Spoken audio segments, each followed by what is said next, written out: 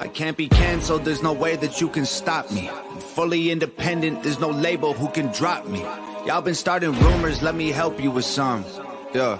I'm a racist, I'm a sexist, I'm in love with Donald Trump. Y'all can't cancel me, my life is scandal free. There ain't no sponsors taking losses cause the brand is me. My hands are clean, my family and my fans agree. Y'all can't cancel me for facts because you're mad and weak. Go ahead and tell the world I'm ugly and racist. I braid my hair and I don't care about cultural appropriation. I lived in the ghetto, lived in South Central, there's no Caucasians. And still I loved every single one of my neighbors. How's a man say I'm clickbait if he gonna use this face to get clicks on his page? Y'all hypocrites are bitch made. But I ain't tripping about these bullies, it ain't 6th grade. Go ahead and diss me trying to sell a couple mixtapes. I'm not afraid, take my face and my name, paste it on the front page. I'm already famous and you'll never change it by hating or claiming you'll take it away. My grind wicked, write my rhymes different. You can try to quantify defying limits. There's a dying gimmick and denying winning. This is pure fire, this ain't white privilege. I do what I want, get all the Gucci and Louis Vuitton out of my closet, out of my crib. I do not want it, that is for kids. That is for rappers who ask you to produce their beats for free, pretending online like they rich. I am not playing it safe, I said what I said, it is what it is. I don't care if you mad at me, okay? Go ahead and change the channel. Don't waste your time trying to cancel me, okay? They love me cause they know that I'm an asshole. Say what you want, I guess it is what it is. Haters can talk, but they can't cancel the kid. Go ahead and go off, try and say this is it. But I swear to God, you can't cancel the kid. Everybody knows my name, from local folks to global fame. I'm vocal about the social justice movements. I expose the fakes, turn rappers into ghosts and graves. Make no mistake, they bones will break. I'll throw them in the wolf enclosure, slowly turn and close the cage. Acres full of sheep, you know that I'm the only goat. I'm great, they spoke my name to mostly hate. I don't complain, I'm woke, I wait. A total focus soldier, wrote the art of war, know every page. I'm numb to all the dumbness, smoke tobacco laced with Novocaine. I won't behave, I stoke the flames. I'll choke their throats with golden chains. Use vocal cords as skipping ropes and jump till I am soaked in brains. From open plains to coastal waves to solar rays in open space. Can't find nobody doper unless you poke your veins and snort cocaine. Whoa, y'all can't cancel me. Just get mad that I'm the man until you smash the screen. Like whoa, I can handle heat. I walk through hell in open sandals drinking gasoline. Yeah, I could've been a star, could've had a mansion and a car and a Grammy album on the charts. I'm a savage, Randy with the bars. I don't rap about Xanax, goddammit, can't cancel facts. We need answers, championing trash to the masses actually massively damages, yo. Keep trying to cancel me, yo. I own the master, so yo. I make the beats, I write the songs, I own the cameras, yo. I could've been famous, dumb my music down till it's basic. Get it on the hottest Spotify playlist, modify my catalog and go mainstream, yo. I don't care if you mad at me, okay? Go ahead and change the channel. Don't waste your time trying to cancel me, okay? They love me cause they know that I'm an asshole. Say what you want, I guess it is what it is. Haters can talk, but they can't cancel the kid. Go ahead and go off, try and say this is it. But I swear to God, you can't cancel the kid. I feel like all these rappers lately on a mission. They starting drama, they don't really want no problems, so they talk in whispers. Don't even start, no competition, y'all are finished. They say they feeling froggy, but I bet none of these frogs gon' rib it. They think I'm soft, but I promise y'all that I'm solid like a rock inside a Teflon box and dipped in carbon fiber liquid. I'm not religious, but I walk with Christians. If Jesus died for all my sins, he'd need 1,000,000 crosses tall as buildings. Y'all can't cancel me. I'm a god and you're the devil, stop attacking me. Like, whoa, nails in my hands and feet. Y'all some snakes, I don't need fruit from that apple tree. I ain't doing features or buying beats. I'm a wolf, I don't lie with sheep. I am what I am, and I can't hide my teeth. Way too many rumors, I'm like, who said it? Never met him, if he dissed me, probably about to drop a new record.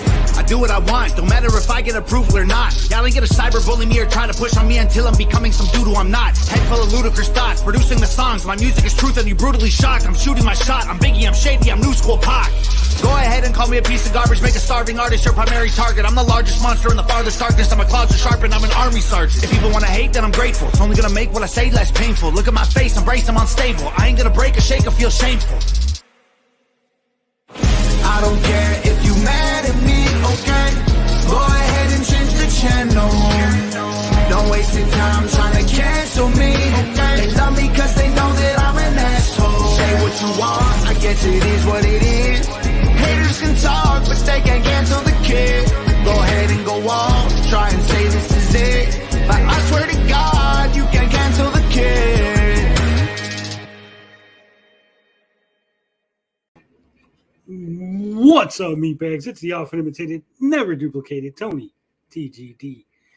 And that was Tom McDonald's Canceled. And yes, I got the express written permission of Tom McDonald himself to allow us to use that song. That is the new theme song of Gabbing with Geeks. That is a preview of what we're going to be playing on this 4th season. But right now is a special feature, special presentation. We're going to see ReviewTechUSA taking on the RetroBro. That's right. It was an interview between two former shills, and it got hot, it got heavy, it got a little dirty. We're going to watch it. We're going to give our opinions on it. I sent a link to Evil if Evil wants to join us, because I know Evil got opinions, and Evil was the man who recorded this. He's the one who hooked it up. So I couldn't have been here without him. Without Evil, this stream wouldn't even been taking place. So thank you, Evil.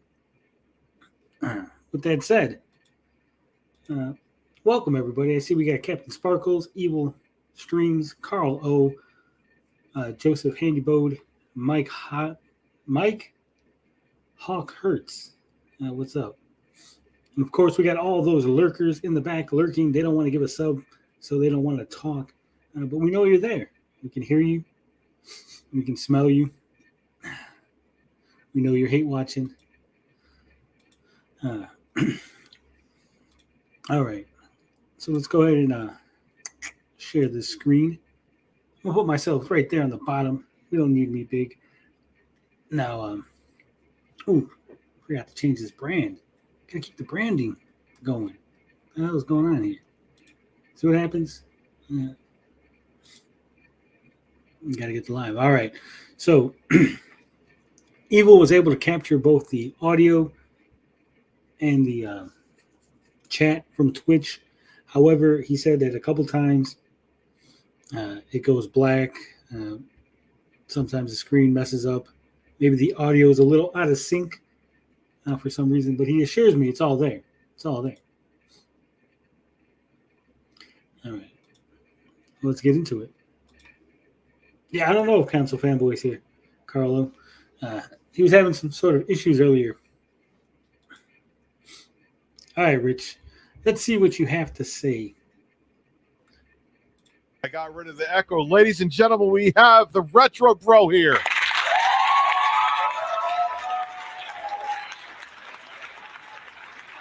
I know what I was doing. Mm-hmm. I fucked it up. So he fucked it up. He fucked it up before the stream even started. Good job, ReviewTechUSA. It's not like you do this every day. It's not like you constantly stream, and you should know what the settings are. You should have everything all set and ready to go, but fuck it. RetroBro, your name is John, actually, correct? Yeah, you can call me John. I'm not worried about first names. All right, right off the bat, John, RetroBro, you fucked up. You should have went in there hot and heavy like, fuck you, Rich. I don't want to hear it. I don't want to talk to you. You're a fucking piece of garbage. I don't like you. But you didn't. You went in there civil. It's probably your downfall. Probably going to lead to Rich making you embarrassed. We're going to see. Hey, am I crazy, or am I supposed to be seeing your screen right now? No, you're not supposed to be seeing my screen. We're just doing it live. We're not seeing Jay. I'm fixing that where we could see people, but that's not going to be until tomorrow. Okay, because I just see your Twitter right now, so I think that's your Twitter. Well, you can go come to my Twitch if you want. You could see. Captain Sparkles, that's a plus. It is a plus. At least he's wearing clothes. I believe he wears clothes during the whole interview. Hopefully. Yeah, Rich with that lame ass fake applause. He overuses it. You don't need the applause every single time you say something, Rich. Just at the big moments. Make it count. You overuse it. See on Twitch if you want. Let's do that. Yeah. By the way, you guys both sound as lovely in person as you do when I'm listening to you on stream. I know my voice is smooth and can make anybody hard. Damn, bro, coming in complimenting these guys. A couple of weeks ago, he was shitting on them, saying that they're fucking garbage. terrible people, comes in kissing ass from the jump. You go in there kissing ass like that, and Rich already knows he got you. Rich already knows that you're going to roll over for him. John has set the tone for this whole interview. I made a girl. Yeah, well, we won't talk about that, but thank you about that.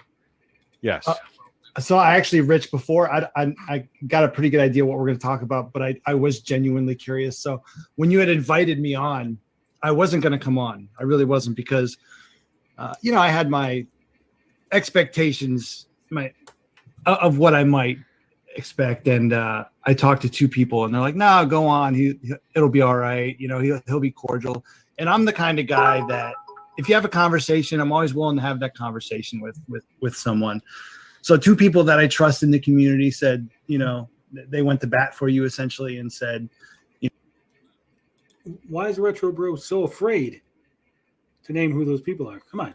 You should have just said, hey, Saggy Melons, or I don't even know who the other, Albert or Evil or Tommy Amico, or whoever the hell it was. You should have said their names, John. Why are you not saying their names? Yeah, RetroBro, shilling Rich.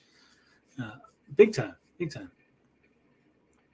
I definitely wouldn't have went in there that friendly, especially after all the things that were said between the two of them, after all the Twitter messages, after all the insults that were lobbied back and forth.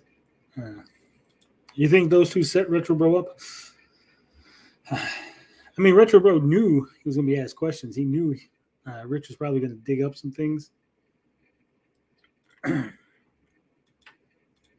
Go talk to him. He's a good dude. He'll just want to talk. So here I am. But I am curious, out of all the people who talk shit to you online, because I follow you on Twitter, so I see it. Why did you invite me on?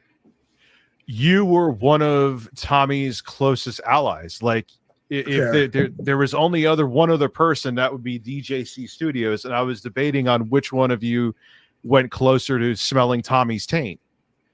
So I think DJC got closer to the butthole. Got closer to the butthole. Yeah. Ooh, John throwing DJC under the bus. These people are Saggy and Smash, probably.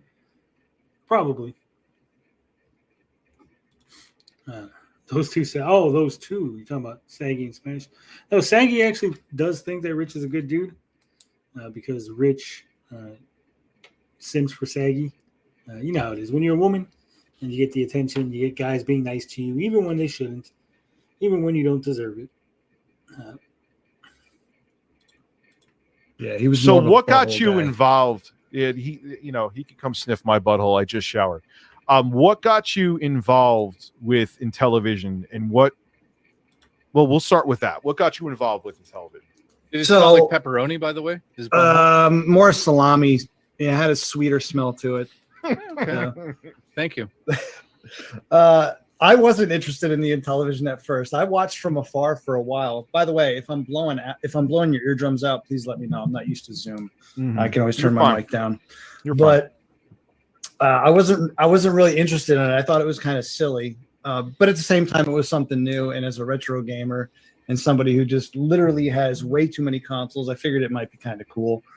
But I was kind of... I don't remember that happening.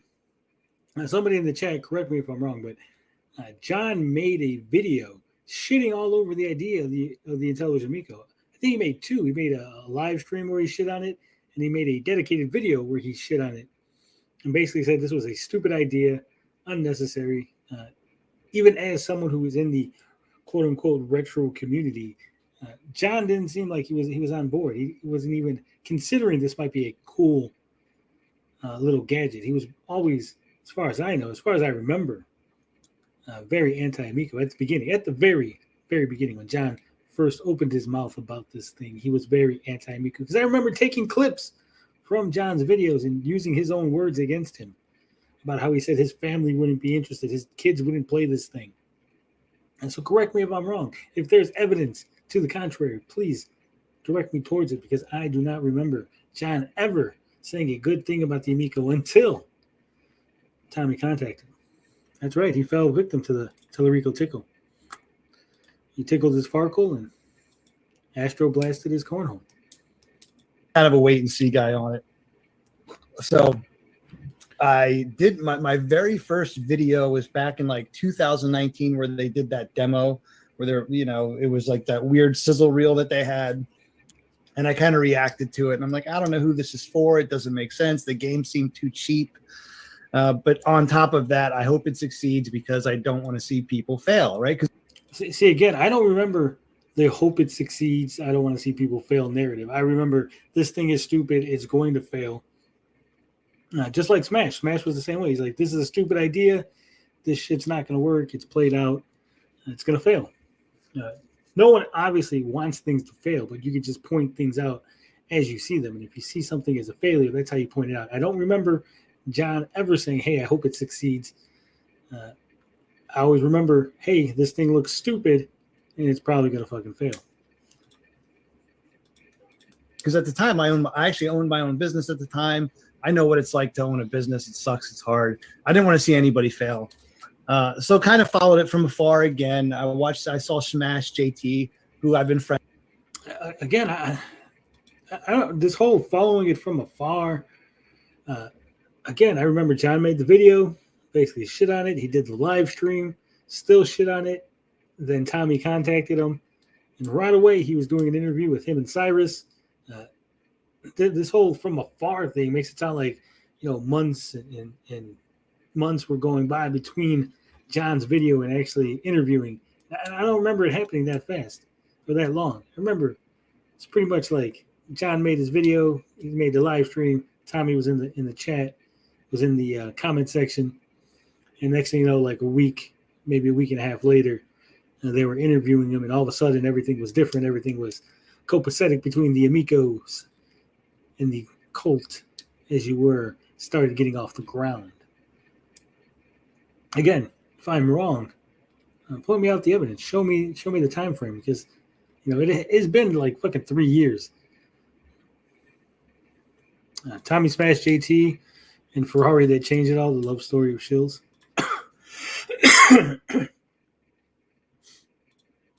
Friends with for years, kind of got on board, and he did the famous Ferrari ride and whatnot. And I was like, this is kind of silly. And then one night I was just streaming and I was talking about this is kind of on board, and he did. So I didn't want to see anybody fail.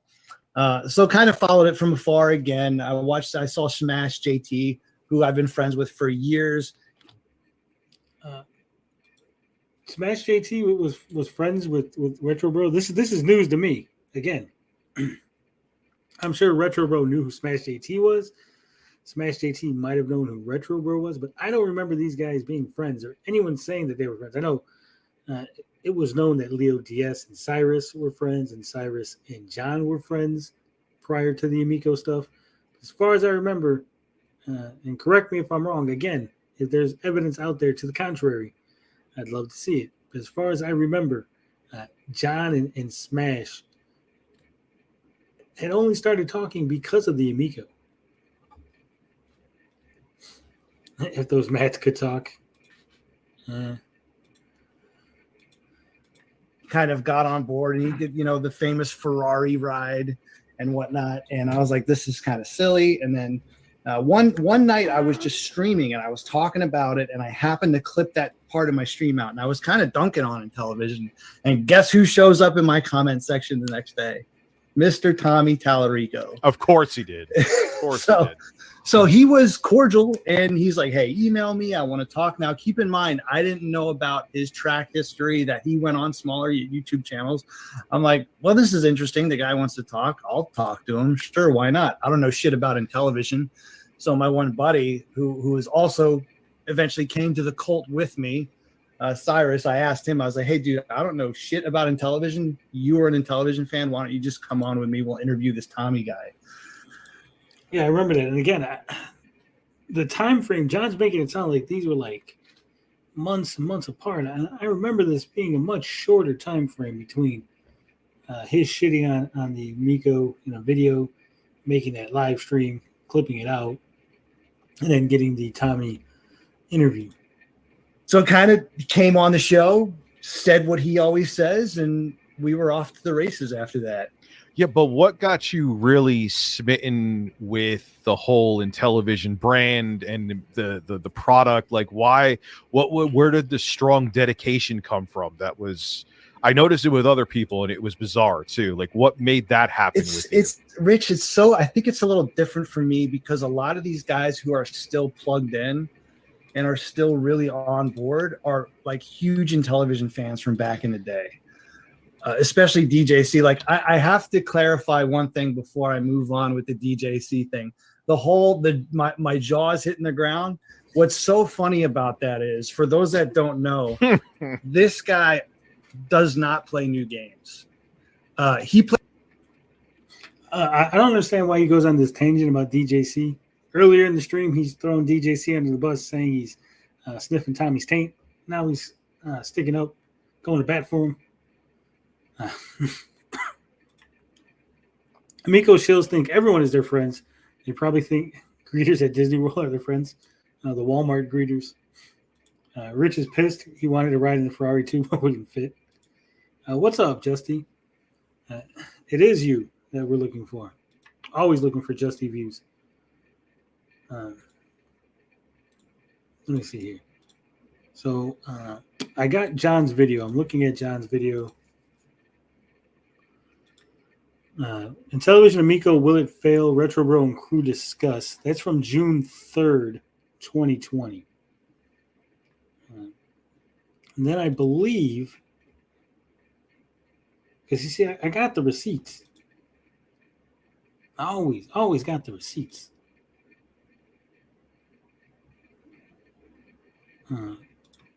When is this from? What is the fucking date on this? Okay, so on June, what the hell's this date? I said June 3rd is when RetroBro clipped out that little bit of his live stream. And if you want me to play it, I can play it. I got the clip of the live stream from RetroBro. But that was on June 3rd. And now I'm seeing on August 5th, so 2 months later, John's telling Smash JT in the comment section of a Smash video that he's going to have Tommy on. That's right. See, I got receipts. We keep those things. I'm going for a trial tomorrow. Ooh, hope you didn't do nothing, Evie. Hope you didn't.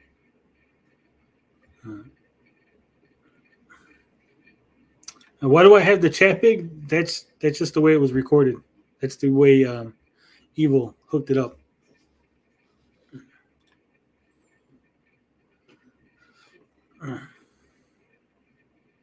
Rabbit Dude needs college job now? Yeah.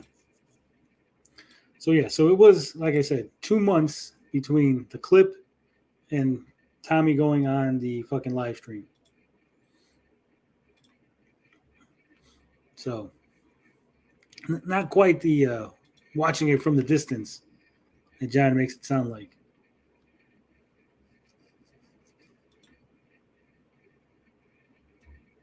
And this is a good comment. Here we go. Get this nice little comment here. Let's take a side journey. We always take side journeys on this channel. Let's take a side journey to see what John was saying at the time of the Amico. All right, so this is Smash JT's comment section from the video here. The insane Earthworm Jim 4 reaction, right? Smash JT was all excited. And there he is, RetroBro. Says, let's pick that up. Low, come on, bro. They all look like phone games. I'm far from a hater, maybe a little cynical, but hoping for the best. So remember when John was yelling at us saying, no, they're not phone games? Remember that, bro? I remember that. When you were like, no, they don't look like phone games. These look like great, awesome games, and Tony's an idiot, and he don't know nothing. You yourself, John, the RetroBro, the #1 source for Amico news, you, at the very beginning, were saying the exact same shit. You were saying that it looked like phone games. You were telling that to Smash. You were trying to tell Smash, hey, this thing is shitty.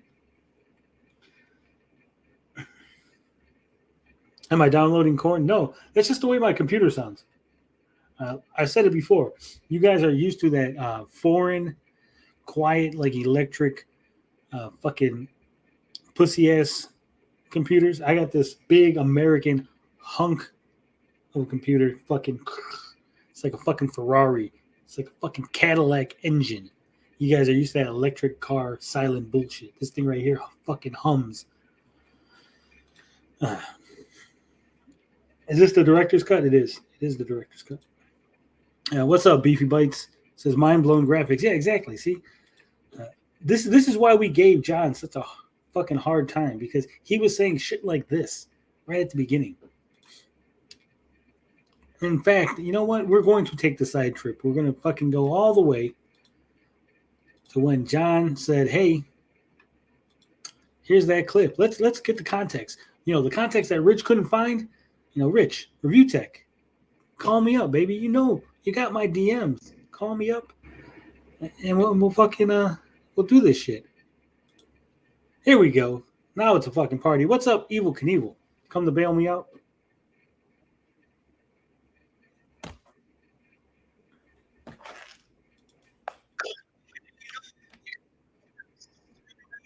Fantastic.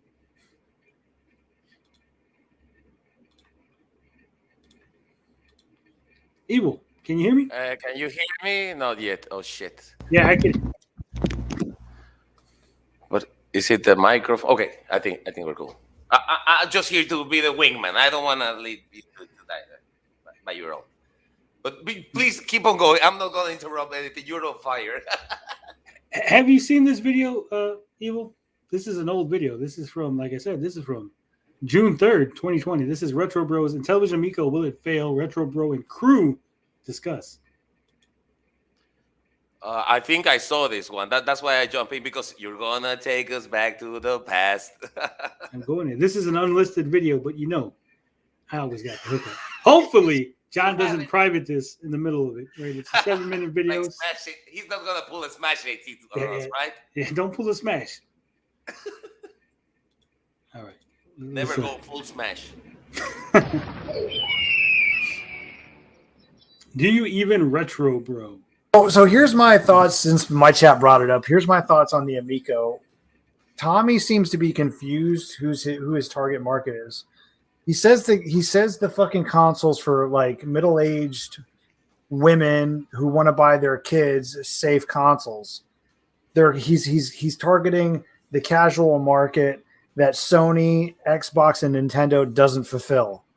But yet he's going on these gaming channels who are incredibly niche. No one knows who these fucking channels are. No casual gamer knows who fucking Rich from Review Tech is. You know, they don't know who, you know, CM Retro is or whoever. So damn, he was shitting on fucking ReviewTechUSA even way back when. He's like he's going on all these niche channels, and he even said it in one of his interviews. It's not for retro gamers. He has said that. That's not my words. That's his words. I don't know. I'm buying it. I don't know. Hey, that's Cyrus. I recognize that voice. That sweet voice. Well, and that's the thing. Like, I'm sorry. You're gonna have to fill me in, because I don't even know what the fuck it's supposed to be at this point. You know who that sounded like? It sounded like your buddy, Evil. It sounded like Cammy. Like who? Kamikaze. Oh shit! He that bit. So sometimes some things are recycling in this universe. Yeah. No, full circle. Full circle. That's what I wanted to say. Yeah. Dude, it's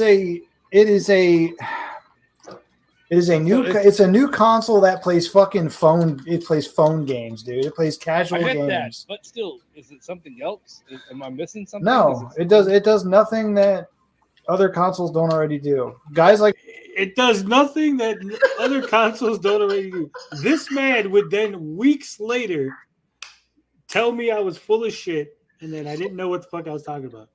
When he was saying the exact same fucking thing. How do you go from it doesn't do anything special, it plays phone games, to this is the greatest thing ever and you guys are all fucking assholes? It takes a little man for you to convince you. Like Adolf, I'm not gonna go there. No, we don't. Miss what's up, Adam Wilson? So RetroBro was actually one of the first haters. He was, I'm telling you. When he popped up, we're like, oh shit, John. He had a little bit of fall. He was like, I think 3,500, maybe 4,000 at the time. And we were like, yeah. We're like, at least somebody who's got a little bit of a bigger following than us is going to say something. And he was against it. And then he was like, I'm going to interview Tommy. Give me all your hard questions. And we all submitted questions. And the next thing you know, he's like, yeah, Tommy's a great system. I was like, what the fuck happened? And he started banning all of us. And they don't want us to call them a cult back then. Yeah. That's exactly how a cult works. You're against it, you get brainwashed. You're like, we love the leader. That's what it is. Tommy whispered into his ear and said to him, "Roads, where I'm going, it doesn't need roads." Oh shit! Did he just say the magic word? I think he just said the magic word. Fuck them hoe ass roads, man. That's what he should have said when Tommy whispered them roads shit in his ear. But let's see what else he has to say, because this retro bro right here was speaking facts. Like Cyrus are gonna be the ones buying it because they fucking love the Amico. I love the Intellivision IPs. I want to play new versions of the games. I don't care. I love you. Like I want to play the new Night Stalker. I want to play Asterisk Smash. I want to play the new whatever. Which Cyrus, I totally get, bro, but he has said that's not his target market. Okay, but he's still putting those games on it. So then he's fucking confused, or he's just. I mean, I could make a console tomorrow. I mean, it would be like a tablet, and I can tell you Tetris is on it, but it's going to be like, not Tetris. Fucking plane got me. Very fucking close, resemblance of Tetris, but it's not going to be even fucking close, or even half or a quarter as fun. I hope it does well, and I hope he puts good exclusives on there. See, I was wrong. He did say, I hope it does well. Technically, Tony was wrong. Yeah, bro hated the Amico at first, just like Smash. Smash switch after one bad upload. We have a drop now. We have a drop. Oh, no. So he did say, I hope it does well. So I was wrong. Yeah. But, everything's digital. I don't think there's going to be any, like, actual physical content for games. It's not for me, but I'm not siding with Pat. Well, you know what? Pat is a fucking... See, I agree with Pat to an extent, but I think he's going about it all wrong. I think he brings up valid points on why it's not going to do well, but he's like an asshole about it, man. Like, what are you talking about, Pat the NES? Yeah, because he has like this fucking agenda against the damn Amico. He has over 200K pre-orders. According to his staff, the Amico is being backed by some Christians women's group. Really? What? That's CM Retro. You guys might not be able to see it in the right there on the bottom where our little avatars are covering up. That's CM Retro telling him that Tommy has 200,000 pre-orders and he's backed by some Christian women's group, which is something I've never heard before. Yeah. No, Adam Wilson. Well, I guess, they did a 360, but it was a really slow 360. They went 180 and then stayed there for like 2 years and then finished the 180. Let's see who's going to do the 720. You know what? I have not seen a single hater become a shill and then stay. Or rather, I haven't seen a shill become a hater, go back to being a shill. Like, if you go from shill to hater, that's it. You never go back to shill. Mad for Amico, yeah. At least Smash is kind of fence riding again. He said he will give them the benefit of the doubt. Did you see that thing? I seen that. That was stupid. Why would you give anything fucking Phil Adams says the benefit of the doubt? Yeah. What's the deal? Yeah. Like I said, unless Phil Adams said, "Hey, I'm going to give you back your 10 grand Smash. Give me a couple of weeks," that'd be the only reason I'd be like, "Okay, I'll hold off on exposing you," right? Because maybe I'll get my money back. Yeah. But if he didn't offer you your money back, Smash, I would be like, "Hey, fucking kick rocks, Phil." That's just me. What the fuck? No. What the? Dude, what? What are you That's talking not about? real. No, CM Retro says, I think he misspoke. What he's looking for is the people that want to be able to enjoy casual gaming in the family environment. He wants about 125,000 pre-orders. He has Have over you heard of 200,000 Nintendo, pre-orders. The Amico is being back. Okay. Dude, he went on fucking Rich's podcast and said, if you want to play games with rape and with rape, and I forget what else he said. Heavy Metal Gamer did a video on it. Check his video out. He's like, So again, John knew that Tommy said the infamous, "Hey, Switch has rape, children, and compromising sexual positions." John knew that, and still, after hearing Tommy say that bullshit about the Switch, John was like, "You know what? That Tommy Tallarico, he's spitting facts. I'm gonna show for that company. That's the thing that I need to do." Beefy Bite says, Christian women's group. For a time, Tommy was encouraging the shills to tag their Amico videos with Mommy and Christian. I remember at one point, Tommy said that he wanted to go to some Christian like festival. And I was like, this is the dumbest thing ever, because Christians that are like hardcore fucking Christians, you know, like ultra religious people, they don't want any violence, right? Like Contra is too violent for them. Tank or whatever the name was of that game. Yeah, Tank and your Earthworm Gyms and all that. That would have Flying been tigers, everything is like super violent. It's about killing and destroying. Yeah. Even fucking biplanes or whatever the name was of that game. It's about destroying the other plane, right?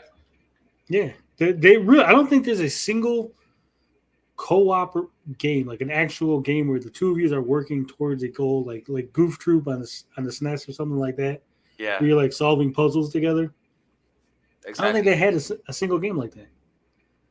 A single one. Maybe they hurt you with bubbles and you just fall down and instead of dying, but nothing like that. It wasn't aimed at that. They just made up that shit. It was aimed at us, the retro market. Yeah. But whatever. That's what we're talking about. That's why we're the only ones talking about it. And I'm not even a retro gamer. Everyone always calls me a retro gamer. Yeah, we kind of like, because you are talking about the Amico, I think, but other than that, you never talk about retro games. Yeah. It's fucking ridiculous. I was on Vito's, and Vito's like, yeah, Tony's really big in the retro game. I'm like, no, I'm not. I'm not a fucking retro gamer.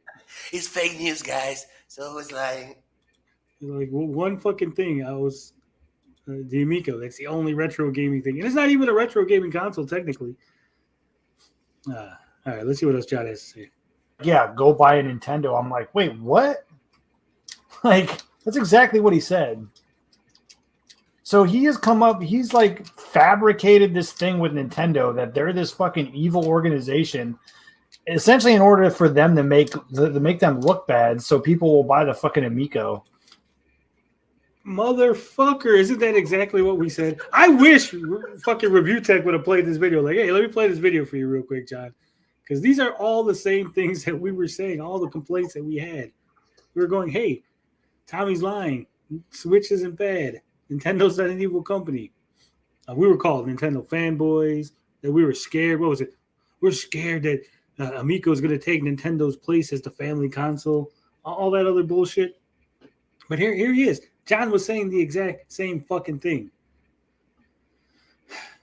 Because he wants that to be the family console. I don't know. I haven't heard Hey, any. you know what? If you want a family console, you ever heard of family Oh, dude, game I'm night not where you making- play board games. Or play Sorry, I'm not making board any. games I'm not making or any of this up. Monopoly? So Rose talking over Kami. Kami saying, hey, board games, Monopoly, stuff like that. Beefy Bites is right. Goof Troop on SNES is fantastic. I love that game. Yeah, the best. Christian women's group. It doesn't get much more backward than that. It would have been all I needed to hear. Yeah. Justy View says Smash hasn't learned his lesson and probably never will.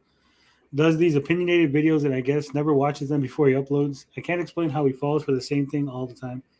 I don't think he falls for the same thing. I think he knows he'll come out and make a video, which he is, everyone's on this side of the argument. He doesn't care if he's right or wrong, because then he'll just come back and make another video saying, I was lied to, or I was misled. You get the views. He just wants the views on the first one, and then you get the views on the second one. Dreamcast Guy did the same thing. We were one of the few people, this channel, obviously Bob. I can't think of really anyone else in the community that was like, you know what, fucking Helena's lying. Like, this is obviously like a fucking fabrication. She obviously was not fucking offered $4,000. I seen Rhea did a stream the other day, and everybody on Rhea's stream except for Vito was like, no, like fucking, she's lying. Obviously, she was offered more money than she was claiming. She doesn't deserve the 6 figures. Obviously, voice actors are important, but they're not integral to the game. So, you know, some people got good takes. Some people know they think, they do research. Some people just shoot from the hip, and they don't care when they're wrong. They don't care when they miss. Adam Wilson says, I think Smash's problem is he likes to make videos slandering other people. He needs to chill with that shit. Yeah, he does go a little far. He goes a little far with his commentary. Instead of, you know, approaching it from a more reasoned position, say, hey, here's the facts. Here's what we know. Here's what I know. Here's my opinion. He'll just be like, that motherfucker's a scumbag, like he did with Pro Jared. I'm just going to be as nice as I can about Smash. You know my takes. I'm not going to do them tonight. I just want to say he likes to he wakes up and say, I'm right about this, and everybody else can go F themselves. Doesn't matter what side he's taking. I think he believes he's right, like every time. But that's it. I was nice. I'll shut up. No, that's fine. There's a lot of people in the community like that, you know, I always say that I'm right, but I am willing. Like, just I did it on this show. I was like, oh shit, I was wrong. John did say, I hope you're well. Yeah, and on the after parties, you have to say, guys, I'm kidding, but but we love that thing you say, like, I'm right and I'm always being right. But it's different. It's a gimmick. It's a gimmick. It's your thing. Yeah, Justin View says ReviewTechUSA went to that interview to only Gotcha Bro. This would have been a good video to question Bro with. Yeah, it would have. That's why, like I said, a lot of people, they don't do their research. They don't get their facts straight. Here we do research. We might be slower with releasing the videos on certain topics because we're researching the things. We're looking it up. We're getting all the receipts. People hate that, right? Atari Creep was saying that the one day. Oh, with all these receipts, I hate these. Only girls keep receipts. No. If you're going to say some shit, you better back it up, right? You don't just talk out your ass. All the games are rated E or E10 or some shit. Yeah, exactly. I don't get that. I just don't get that. I mean, that's insanity. That's absolutely insanity. Yeah, I'll send you the link, Cyrus. I'll send you the link tonight. But pretty interesting. Like, he actually did say all this. Like, Nintendo games are rapey. He was so vague about the game he was talking about, and the game he is talking about is on PS4 in Japan, and the first game of the series is on PC. Yeah, Heavy Metal Gamer, guys, go check his channel out. Someone post a link if you can. He did a really good video on the topic. Beefy says this video just shows that Bro was in it for the drama. I don't think he was in it for the drama. I honestly think RetroBro was enticed by the idea that, hey, this thing is going to take off. Tommy convinced him, hey, we have the money to brute force our way into the industry. The thing's going to take off. You're going to get exclusive information. And if you control the information, people are going to come to your channel. You're going to get more viewers, more subscribers. Your channel is going to blow up. The bigger Amico gets, the bigger your channel is going to get. That's what he sold them on. And RetroBro, he sold his soul for some views.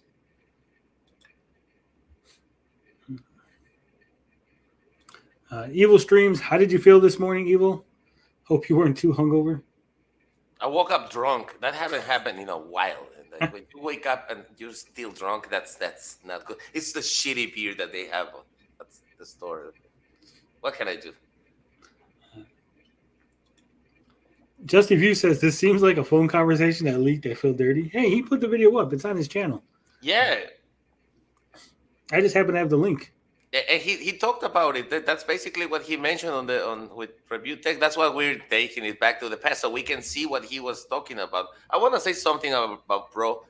He mentioned on RTU stream. He said that he wished no ill, no, and we just heard him say like he doesn't have a. I hope he does well. He's saying no and everything. He's criticizing and thinking it's gonna tank, but he's wishing well because he said he had a business and everything. That I respect, but he hasn't responded why he became a super shield. Because one thing is like to say, "Hey, dude, I hope you do well," and another is to promote and everything. Like, imagine if my channel becomes like a go to Tony's. He's the best around, and nothing's gonna ever keep him down. He's the best. It makes.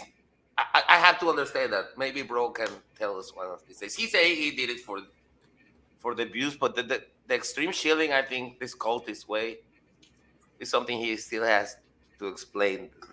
One thing is to support or say, "Hey, dude, I hope you do well," and another is like to shield and attack everybody who's like to become the attack dog. He was a little bit like Relic for a while, and that's I'm sorry to say that. I'll shut up. No, I mean, you're not wrong. You're not wrong. All right, let's finish this video up. We're almost done. Let's go Texas Stadium, man. No. What he is saying is that people trust Nintendo, and some soccer mom, Christian mom, mistakenly buys an M-rated game. They feel like they were duped by Nintendo. How the hell could a soccer mom mistakenly buy an M-rated game? You'll look on the box and go, "Oh, that scantily clad woman. Yes, little Timmy's gonna want that game with the lady with the titties hanging out." Come on. Yeah, but he didn't say that though. CM Retro. He literally said, "If you want to play games with rape on them, buy a Nintendo Switch." That's literally what the fuck he said. Like, I forget what game he was talking about, but there is some game on Switch that is sexually violent. What he said was the game was a Switch-only game, which he wouldn't name because he was very vague in RTU's interview, but the game he is referring to is on PS4. Yeah. Well, maybe you should just be a parent and filter what your kids play and watch. That's At the end of the day, that's what it comes down to. I mean, if the thing was $150, I would maybe consider it, but not for $250, dude. I'm not sorry. for $250. When it went up, he was still shilling. He didn't have any problem with the price, none whatsoever. But I got something better. Just Evil. I got something better. Okay. You think this is bad? Just wait. You think that's bad? It's not off. It's $250, man. It's a lot. Get the fuck out of here. And it comes out, dude. And it comes out the same fucking time the PS5 and the Xbox Series X comes out. Like, get this straight. Well, no, actually, it didn't. It didn't come out at all.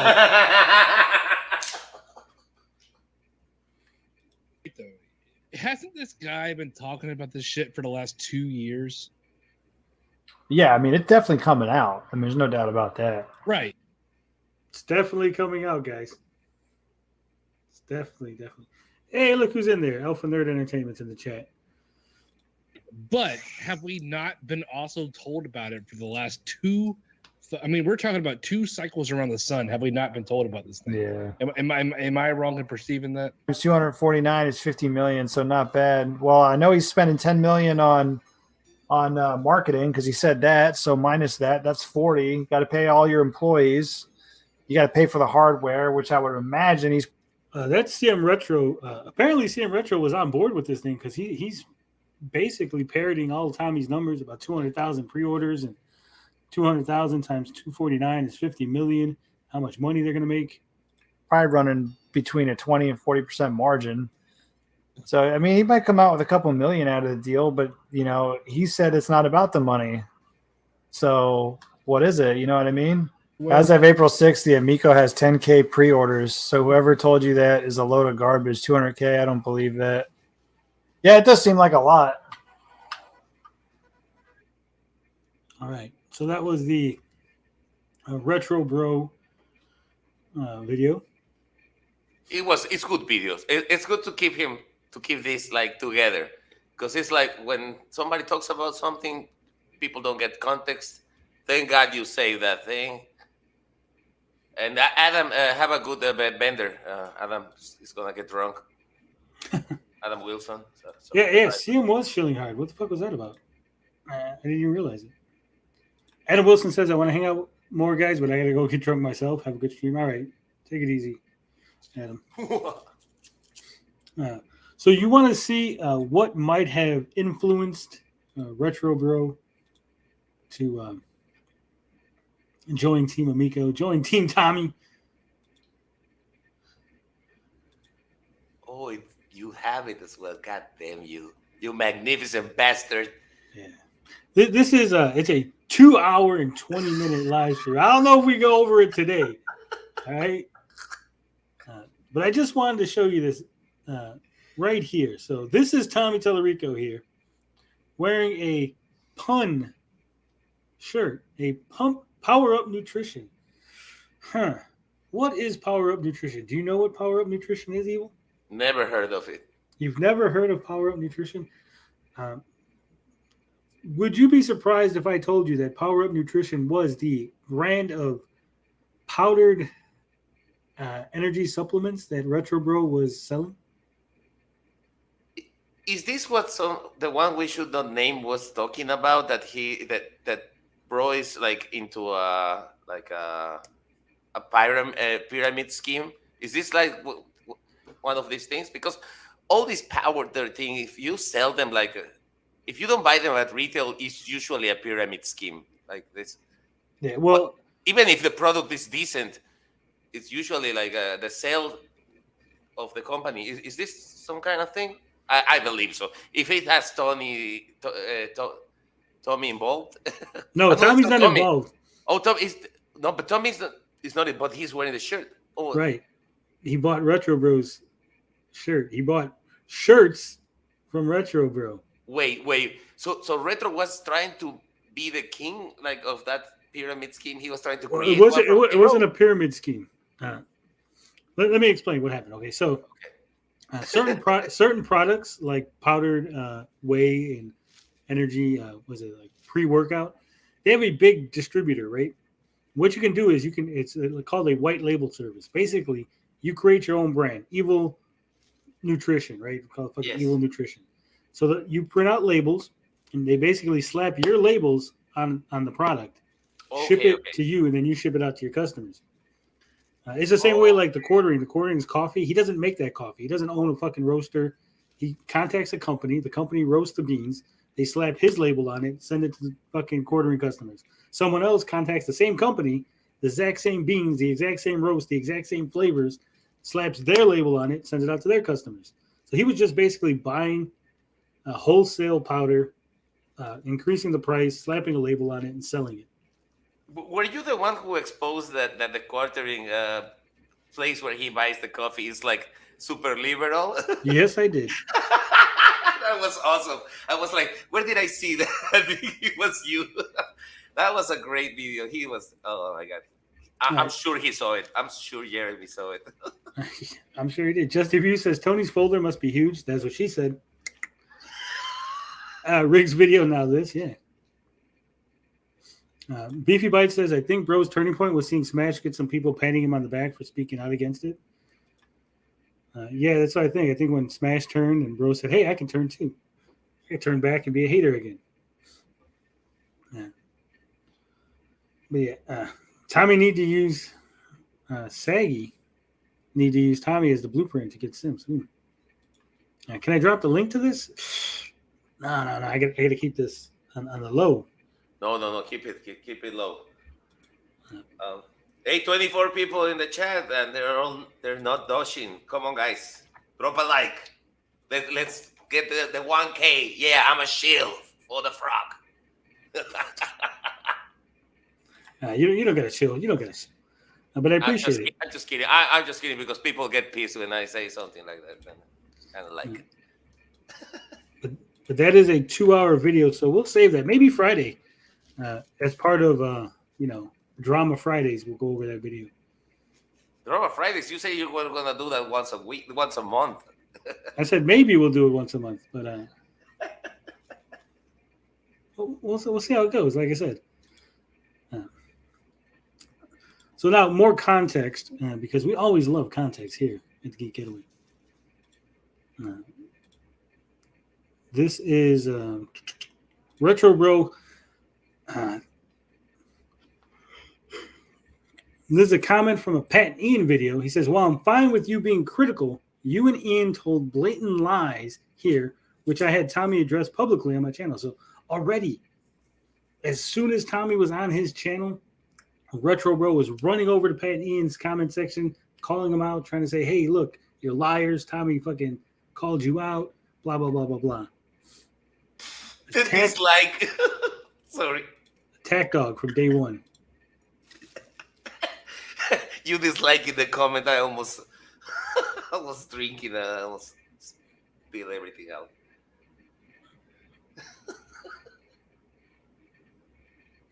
And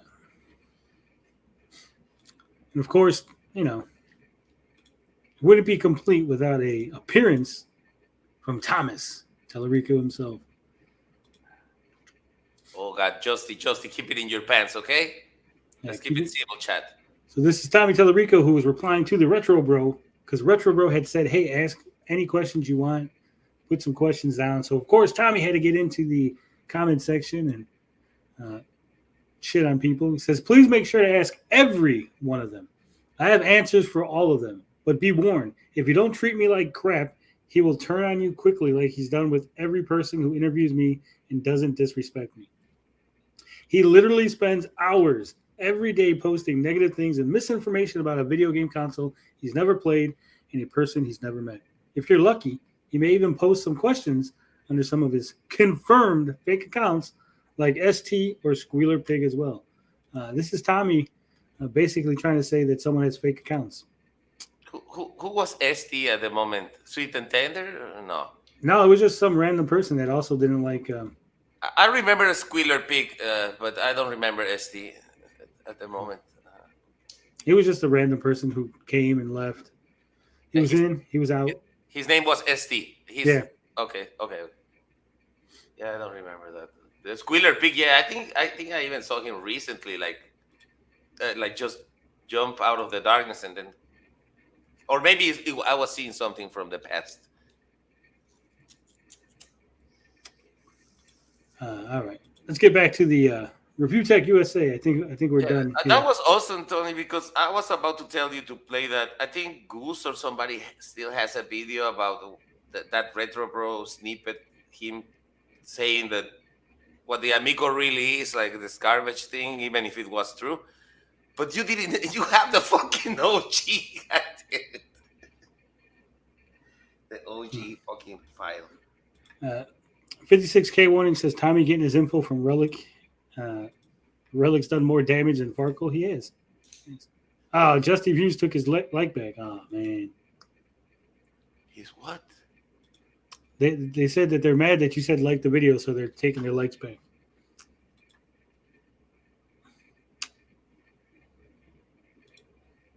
Plays Intellivision games to this day. So I know there was like this whole thing like, oh, that possibly, Finnegan Fox, no way it looked good. For DJC, it looked good. Promise me when I tell you. it looked good when he saw it because he's not used to that. That's new for him. So because this guy literally plays Intellivision constantly. That's what he does. He's like second Genesis sometimes. Okay, that's new for him. Oh, come on, bro. I mean, I know you were kind of nervous. He was nervous, but okay, I get that it's new for it can be new for him. He has seen graphics. He has seen like Tomb Raider or something like what Grand Theft Auto. Like, come on, it can be new for him. Like he's not he wasn't blinded for 40 years and then he got a new set of eyes and now he can see how video games look for the first time since the fucking Intellivision or the Sega Genesis. That I don't know, the way he talked about it. It sounds stupid. I don't know what do you think, Tony? I'm pretty sure DJC has played Genesis, Sega games, and they look a lot better than Finnegan Fox. So the whole jaw-dropping narrative is kind of dumb. But he has YouTube, you know. He's not like he doesn't have internet. He has seen better video games. He has seen how video games have evolved since fucking Genesis. Even if you, it's like me. I only play retro games. My 360 is my latest console. But I see people like playing games, like modern games. I don't know. I don't understand why he thinks like no to justify that thing that for him is new. Unless he came from on a time machine from the 80s, makes no sense. Or I'm making. Maybe I got it. Okay. DJC's jaw hit the ground because he's seen that he wasted all that money fucking investing in Amico. Oh, thank God. Yeah, thank you for rescuing. Beefy Bite says, I'm like Mal from the Goonies. I'm taking them all back. Take them all back. I love that fucking movie. I love the Goonies. So this is a comment on a Pat and Ian video from before the RetroBro flipped again. Just to hammer home the point of how much he hated the system, how much he disagreed. He says, I have 3 kids, age range from 3 to 13. No way in hell my kids would have any interest in this. Any interest. And this is before everything was exposed. This is before the tank situation. This is before. This is when it was still in the promise phase with all the shit that was promised to come on it. RetroBro was going, no. This looks like bullshit. My kids don't want it. I would like to know. I will do the research. We can talk about that. How many? Do you know when you watch Pat and Ian, they even have like a playlist of the Amico. No? So because it has been many years.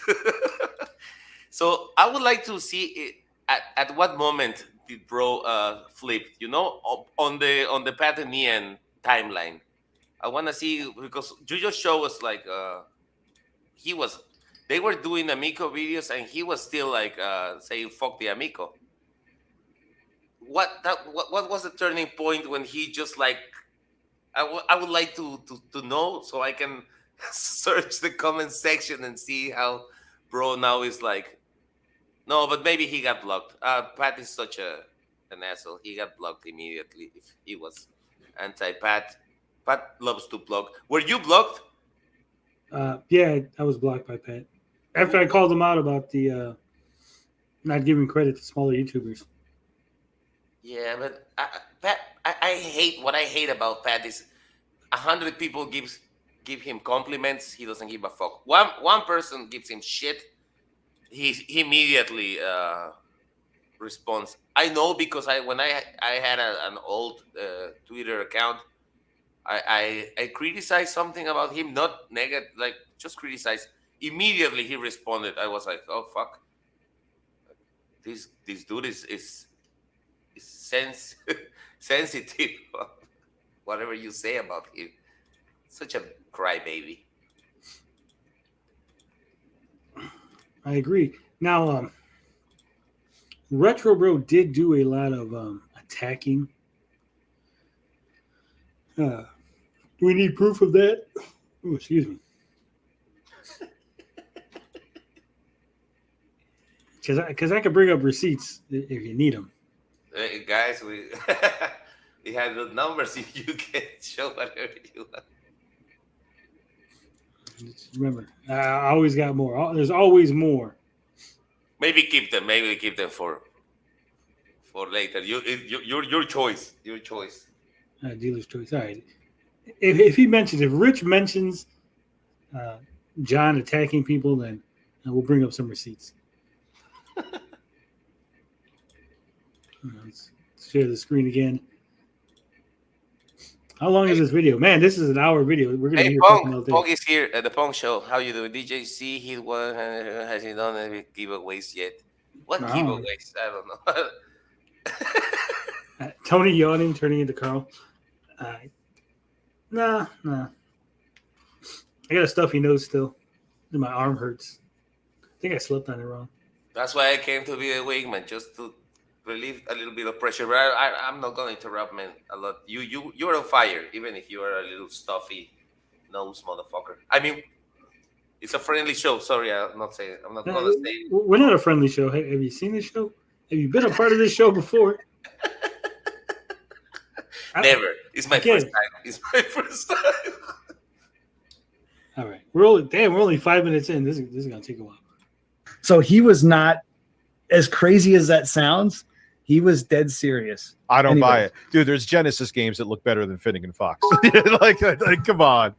It's fair. It's fair. He's like hyper, excited about everything that he does on his channel. But you might be right. I can't tell you what. So bro says no. DJC loves the Intellivision. He loves fucking old games. ReviewTechUSA says, I don't buy that. And then John immediately flips over and goes, I don't know. You might be right. Way to hold your ground. But it did not. Way to hold your ground, John. Surprise me that he would think that game looked good. Now, okay, going back to the whole what sold me on Intellivision. For me as a content creator, which I failed miserably at, as you stated previously, for me it was like, hey, this is something I can cover. Maybe this is a chance for me to maybe kind of grow my channel a little bit. I knew it. And it was, and I've said this before, Rich, by the way, it was one of those things where I was like, no one's really covering this. There's no big YouTubers covering this. I was genuinely excited about being involved in a project that was a new video game console. So I believe you. That's kind of why I became on board. And then Tommy, as Tommy does, was I wish if you had the camera on, I would be quoting my friend. He was my friend. Air quotes you're doing is what you're saying. Exactly. Yeah, I was going to ask how you feel about Tommy now, considering what I haven't talked to Tommy in probably since, I want to say, April or May. Now, did he just disappear on you, or was there some sort of chat that happened? Oh, well. Please explain. Yeah, because like the real question I have is just, how did he treat you guys after it fell apart? Did he apologize to anybody? Did he say, I led you on this path? Tommy will never apologize to anybody. So hold on, everyone. He's Quantum TV then. No, he will. Listen. Bob. Yo. What are you doing, Bob? What am I doing? You missed all of it. You missed an hour worth of it. We've been shitting on the ReviewTechUSA interview. We went over an old video from RetroBro. We went over some old comments from RetroBro. Damn. We're only 5 minutes into the RetroBro versus review. No, we're 7 minutes. We're 7 minutes in. 7 minutes in, so I've missed it all. You missed it all. I heard the RetroBro verse. I was like, is that like the MCU verse and this is that? The bro verse, yeah. The bro, are we the bro verse? Is that what Bob just said, or I made it up because I'm Pong Show says RetroBro was only into it for his channel. He knew Amico was trash. Yeah. Beefy Bites says I miss the OG shills. They were more likable. Well, that's a bit unfair to say that. RetroBro did say that, and I think it's pretty fair. I think anyone would be that he wanted to be involved with a new console. Yeah, but we played the video where he said it was shit. That he thought it was trash.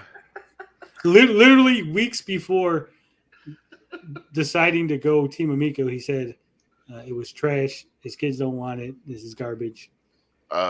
the things a normal person would say, like if they know a thing or two about video games. Sounds like my first video on the Amico, yeah. But I didn't switch sides. Bob. Yo. Did you say Broverse or did I make it up? No, I never said Broverse. You said Broverse first. So I create the Broverse? Oh, well, Tony perfected it. What about the evil verse? Oh, that thing is dead. It imploded already. Like it's destroyed.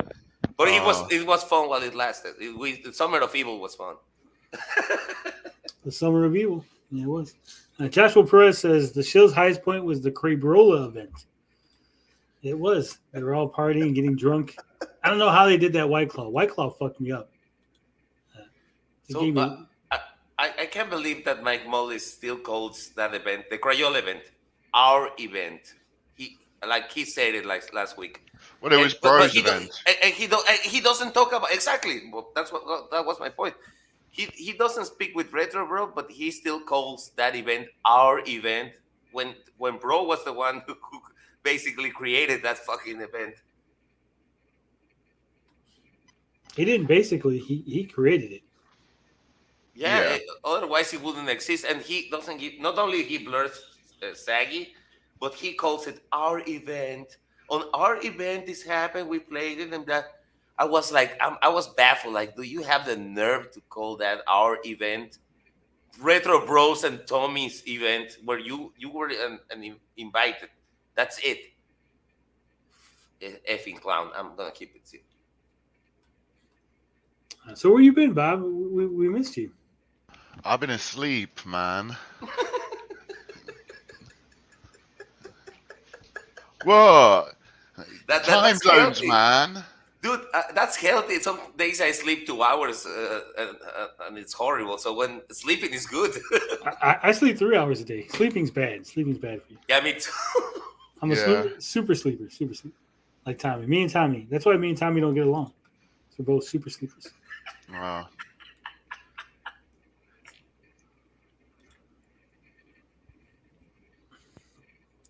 You know what your problem is, Bob? Staying up late every week on a Saturday. You obsess too much over video games. What? Who said that? Well, it's obvious. I mean, do you know what you could look like if you stopped obsessing over video games? Shit. I'm getting attacked live. What? How? I could look like RetroBro. Yeah. I'd be big and muscly. Well, yeah, because RetroBro says if you spent less time obsessing over video game CEOs, you could look like this. Shit. Beefy. Now, that's from May of 2021. There you go. See, Bob? But he was obsessed with CEOs. How ironic, Scott. Ironic. But that's not all. Because, of course, RetroBro says, lol, someone tell this obsessed weirdo I have an OnlyFans he can check out. Spelled checkout wrong. Unless you want me to buy it, it's checkout. It's two different words. I mean, he's my biggest fan, it seems. Made one video on him saying, two videos. One using his own words and then another using his own words. Apparently that upset him. That's from May. Also, Captain Carl is in there. Says, you should tell him if he cares that much about you, he should send you some Axe body spray. My God, sweet. You missed a lot. We play you're going to have to rewatch this. We watched the RetroBro video, the full video where he was telling the truth about Amico before he became a shield. Which, by the way, I found super funny. The description of this stream is like, two former Intellivision Amico shields fight. That's very true, and I was laughing my ass off. Like, it's the shield versus shield.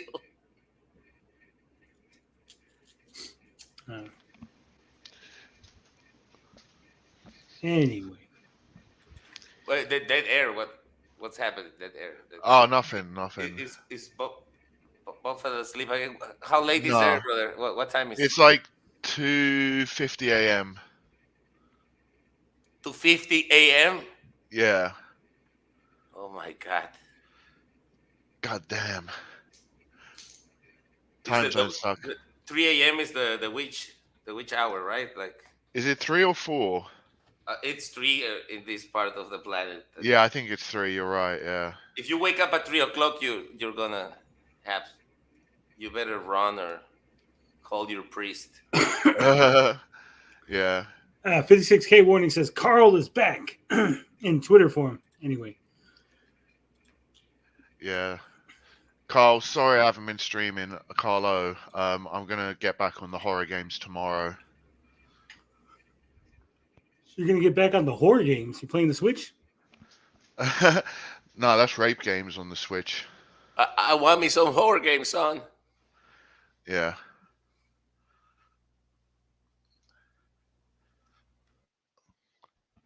I played me some Batman today. I saw. Yeah, we were there. Joseph says, "Wow, that's nuts. You go to bed, Bob, if you're working tomorrow." No, I'm not working tomorrow. No, I told Bob he doesn't have to go on the street tomorrow. He can stay home.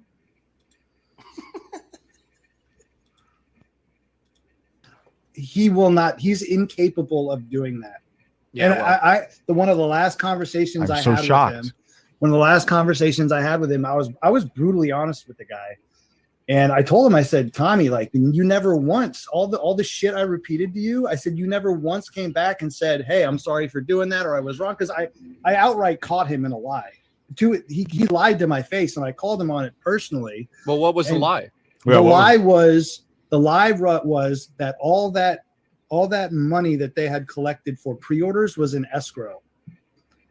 And then it came out that it wasn't in escrow, that the company had spent that pre-order money. Mm-hmm. What a fucking unbelievable. I knew that happened already, but oh wow, continue. So I was gonna. Can I just interject with one other question here? At any point during your whole campaign to support the system, did you ever get a feeling on your side of things that shit was going to hit the fan before it did hit the fan? Yeah. No, there was quite a few times. There was quite a few times that I felt that coming. How far in did you realize? Wait. So RetroBro just admitted that there was a few times where he felt that shit was going to hit the fan, but he didn't decide to bounce. And he was okay with it. He was okay with the shit about to hit the fan. It wasn't until the escrow money. Well, I think we know from history that the escrow money was the straw which broke the camel's back kind of thing. That was the last straw for bro. I'm having a hard time believing it now, though. It sounds to me like he more or less saw that, hey, if I don't get out now, I'm going to be stuck. I'm not going to be able to flip the script. I'm not going to be able to get my redemption arc, if you will.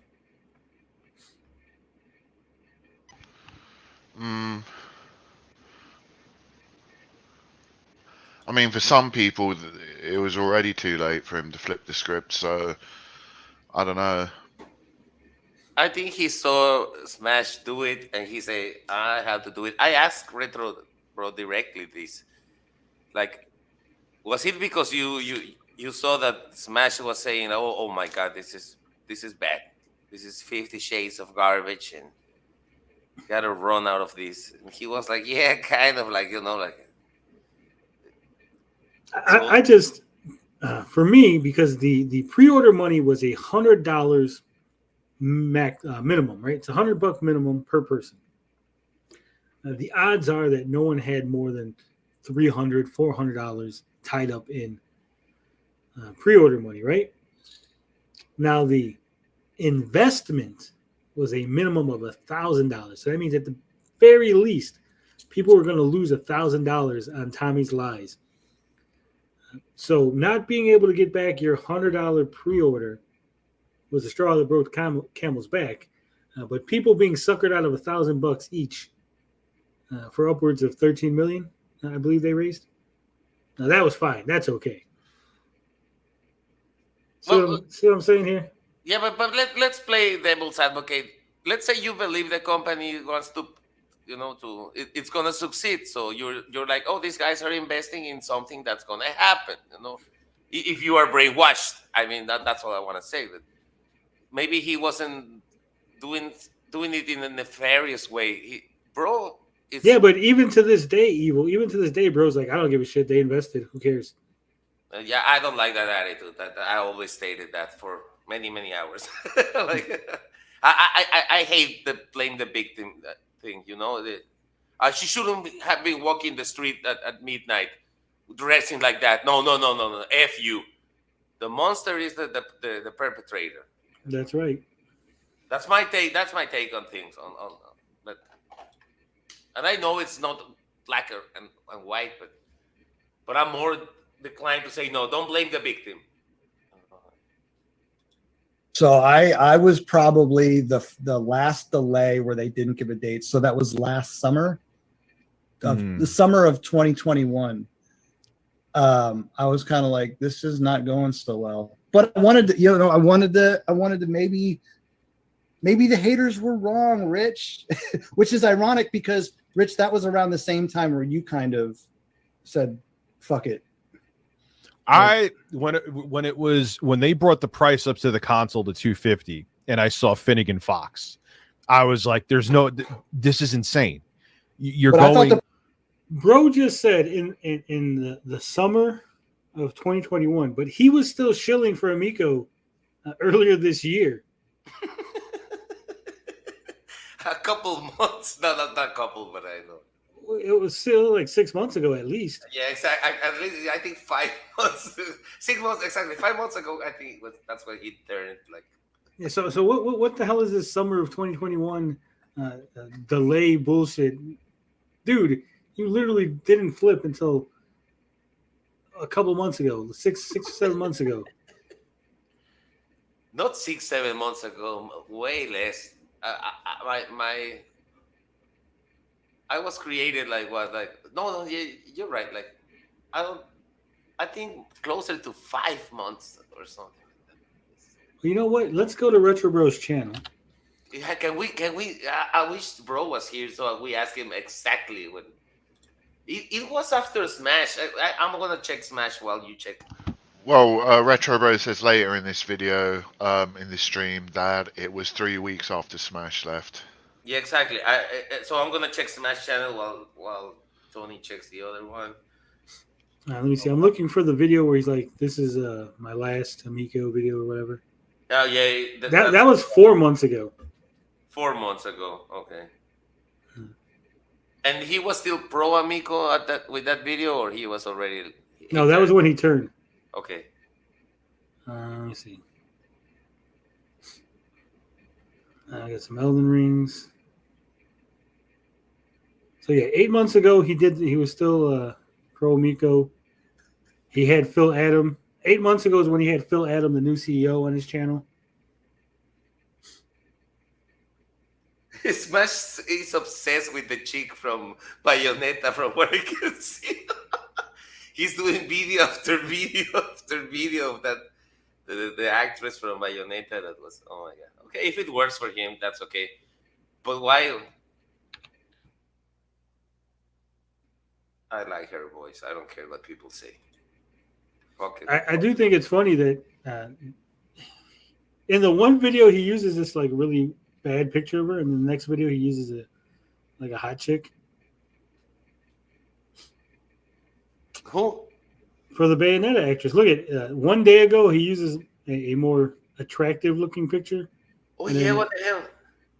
Is that what the woman used to look? Yeah. Yeah, because she it's like when we saw Lady Decade for the first time, like many of us just saw her thumbnails. But when we saw that video crying, it was like, you said it, you say it. So it's like, that's not the Lady Decade they're selling us on the thumbnail like at all. So I can't believe she used to look like this. I thought he was just putting some random person, you know. Yeah, so okay. It looks like Smash went out 8 months ago is when he turned. Okay, 8 months ago? Oh god. Time flies. And I think RetroBro was still pro Amico in March of this year. Intellivision Amico scam completely broke this YouTuber 6 months ago. He's talking about Bro. I have it here. RetroBro reaction 6 months ago. I think exactly we have like a 6 months anniversary of Bro on brainwashing his ass. Oh, why is Rich drinking so many energy drinks? I don't know. I drink a lot myself. I'm actually out. I have to go buy some tomorrow. I'm fucking out. I don't think it's energy drinks. I'm pretty sure it's low calorie seltzer. Is it? Yeah. Oh, Sweet and Tender says that. Yeah, because Rich has said many times he drinks seltzer. Ooh, look who's on the screen. This is a perfect pause. Justy Views. There we have it, boys. There we have it. Justy, you just been Exposed. Exposed.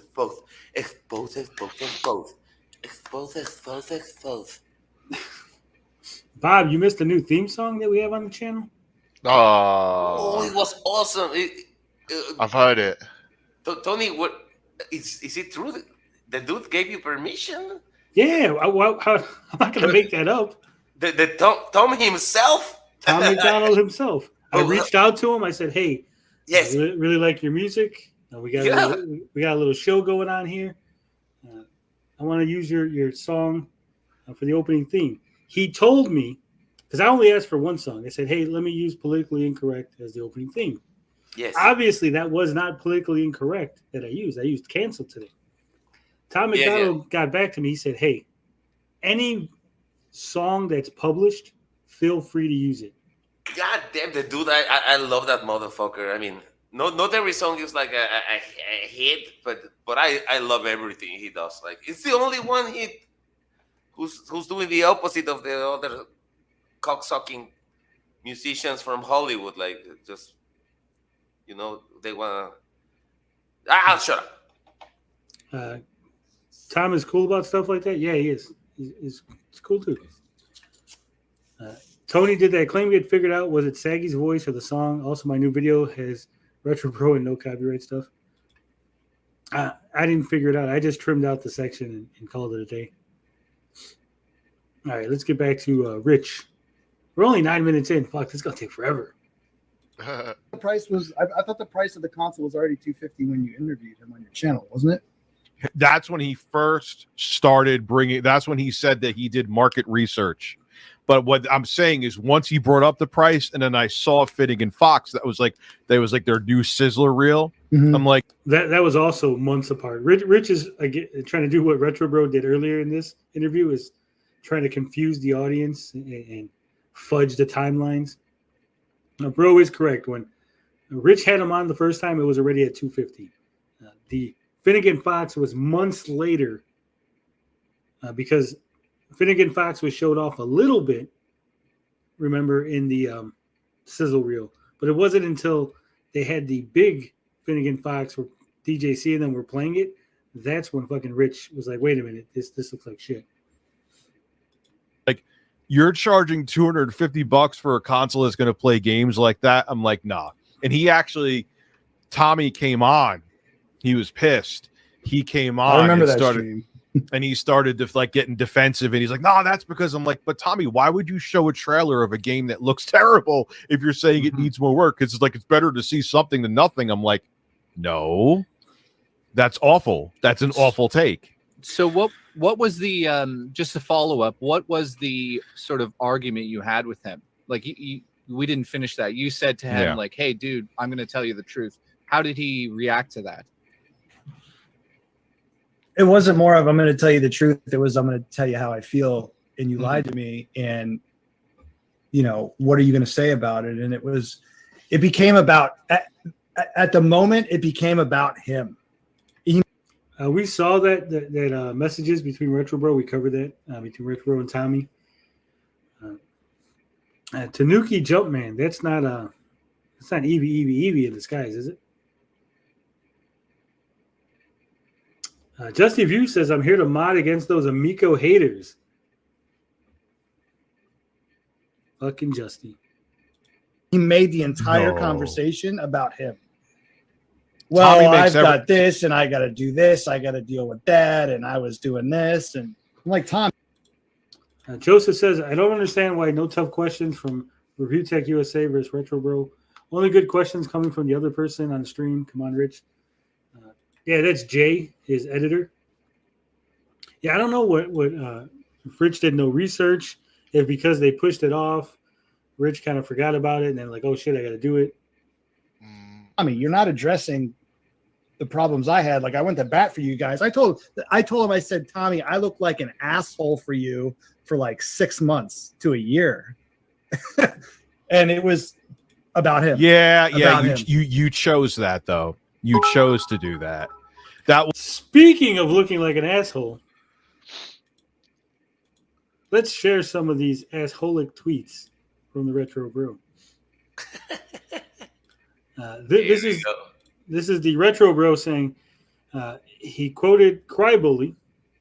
He says, "Can we add that they hide in their basements and make internet shrines to men they have uncomfortable feelings for?" Laugh, laugh, laugh. And that's RetroBro referencing the Amico haters. Wow, he was going full relic at that moment. Like, I can't believe it's the same, bro. Like, he was very, very. And here's another one, says, "Someone called me a meathead. That's cool though, because I look like a superhero, and they have to hide their face." Like a superhero. Bro looks like a superhero. He does kind of resemble Wonder Woman, so I'll give him that. Wonder Woman. Hey, Ninja Kirisi. You guys should get RetroBro on now. Yeah, join. It's not like we have issues with him. Is that a hate symbol? He was wearing a Iron Cross shirt, which is a. It can be, but I don't think it was in that instance. But I understand where you're coming from, Sweet and Tender. No, it's from the Crusades. Yes, it is it's a symbol from the Crusades, but it has been adopted by neo-Nazis. The Crusades are a very nice, fun time in human history. There was people might not remember this, but back in the 80s, there was a cartoon called He-Man, and He-Man actually had the Iron Cross symbol on his chest.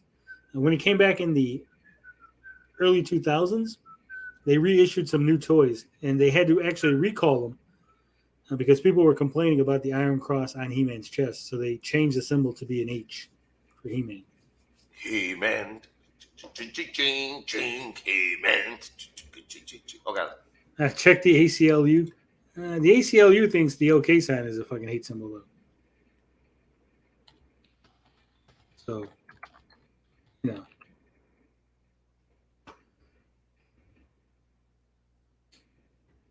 That air, Bob, wake up. We need you. I'm awake. We need somebody to talk. Tony's working on something. Yeah, touching his weenie. I am. It needs to be touched. Bob, come on. You're from the UK. Is the Iron Cross a hate symbol in the UK? I don't know. Maybe. I'm not sure. That's the best answer. Can somebody clip that? Okay. Oh no, it's not Twitch. I don't know. Maybe. I'm not sure. That's true. That's such a political issue. Yeah, I don't really mess with politics too much. Yeah. I watch some things about the Amigos to not watch, so I don't watch politics anymore. Yeah, the Amico is politics enough. Yeah. Well, like that's the other thing I was going to ask you. Why were you like white knighting for Tommy because and defending him? Because at the time I didn't think Tommy was manipulating me.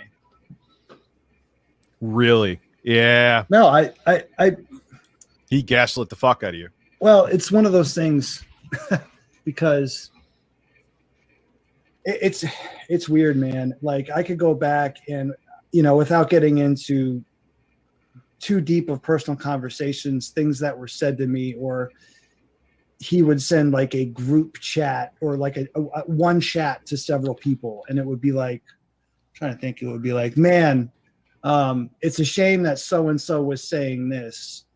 Oh my God! Really? I wish that someone would come out and make a video. Wouldn't it be great if somebody would come out and make a video?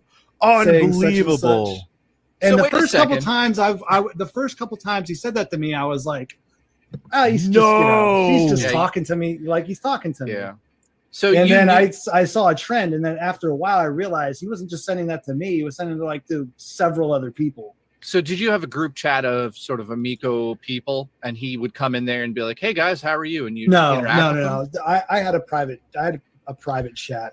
There was like a Twitter DM that's another YouTuber had mentioned. I wasn't in that one. I think I was for like a week and I left because there was like fucking 30 people in it. I didn't need my phone blown up several times a day. So basically, he's doing the same thing Darkside Phil does. He's implying something, hoping the audience picks up on it and takes care of it for him. So he's essentially saying to you, "Hey, I don't like what this guy's saying about me. I wish somebody in the community would step up and defend me." He was using smaller YouTubers, and yet he never stood up to defend anybody else. I'm not familiar with Darkside Phil other than him. You're not familiar with Darkside Phil? What the fuck? Come Ninja on. Kitty says I asked Retro to come on. Yeah. I mean, I never watched 10 minutes of Darkside Phil, but I know who he is. You cannot. It's like Boogie. You know who Darkside Phil is, who Wings of Redemption. We know who these clowns are, even if you've never seen like 1 minute of his content. Come on, bro. Come on, man. Well, I only heard of Wings of Redemption earlier this year. Yeah, but you heard you know Darkside Phil, like he say he's not familiar. Well, he goes on to say he knows him from the fapping, everybody knows that, yeah. But exactly, we're not familiar. Just say like, I don't know. He's just mentioning it because every stream floats around the hate from DSP. I seen that on that stream. I was watching like an hour of this garbage so I could capture this thing, and these guys they just revolved around the DSP thing, and that's their gimmick, and it's giving them money, so that keep on doing it. Review Tech, but it's very, very low cow, content, and kind of sad. I will never stay up. It was painful to be watching this in order to capture this thing. So please throw me a freaking bone, Scott. Well, Xander Scullion says Rich is getting RetroBro in a corner. Wait for it. I'm surprised Rich didn't bring up RetroBro's earlier live stream attacking Rich. The one we saw? No. You see, this one right here from July 2nd, 2021. ReviewTechUSA attacks, insults, slanders gaming community, responding to accusations. He actually put images of Rich without his shirt on. Look at that. God damn it. There you go. Well, the stream is unlisted. But there's always a way to get it, Bob. All you gotta do is ask the frog. The frog has all, sees all, knows all. All I have to do is ask the frog. I got a feeling he has his folder full. I love that song. Sheryl Crow. Yeah, baby. Yeah, baby. Yeah. All right. Let me put that in my folder and make sure that I have it for next time. Because we will be coming back to it eventually. Hopefully. I'm sorry. I'm kind of fucked up the thing when I caught up too much. I'm sorry, the director's cut. I was super drunk when I made it, but I wanted to keep it on time because the rendering is brutal when it's 50 minutes. So. Yeah, it's all right. It's all right. Receipts upon receipts. That's what I'm talking about. Oof. Corey K says, I like how Review Tech makes fun of DSP all the time. They're basically the same people. In a way. But in another way, they're completely different. Yeah. One has hair. Well, DSP begs for bills and all sorts of shit. I've never heard Rich once be like, I need this bill paid, I need this amount of money. I've never seen Rich stop a stream and go, I'm not streaming unless I make X amount of dollars. Yeah.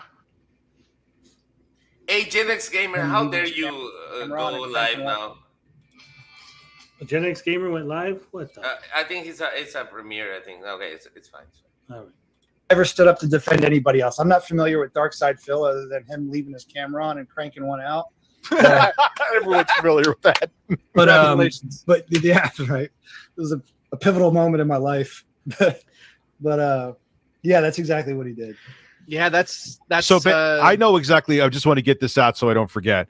He basically was using you guys as free PR, and how he kept it free was by, oh, we're friends. I wish they wouldn't say this about me.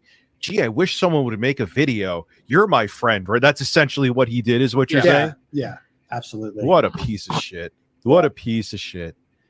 So, yeah, I saw that for a long time. He tried to do that with me. And when he realized, I started off with the Amico, I'm like, look, I'm not going to go into this and be a pessimistic prick, because everyone says which I am. I am a pessimistic prick because there's a lot of negativity in this industry.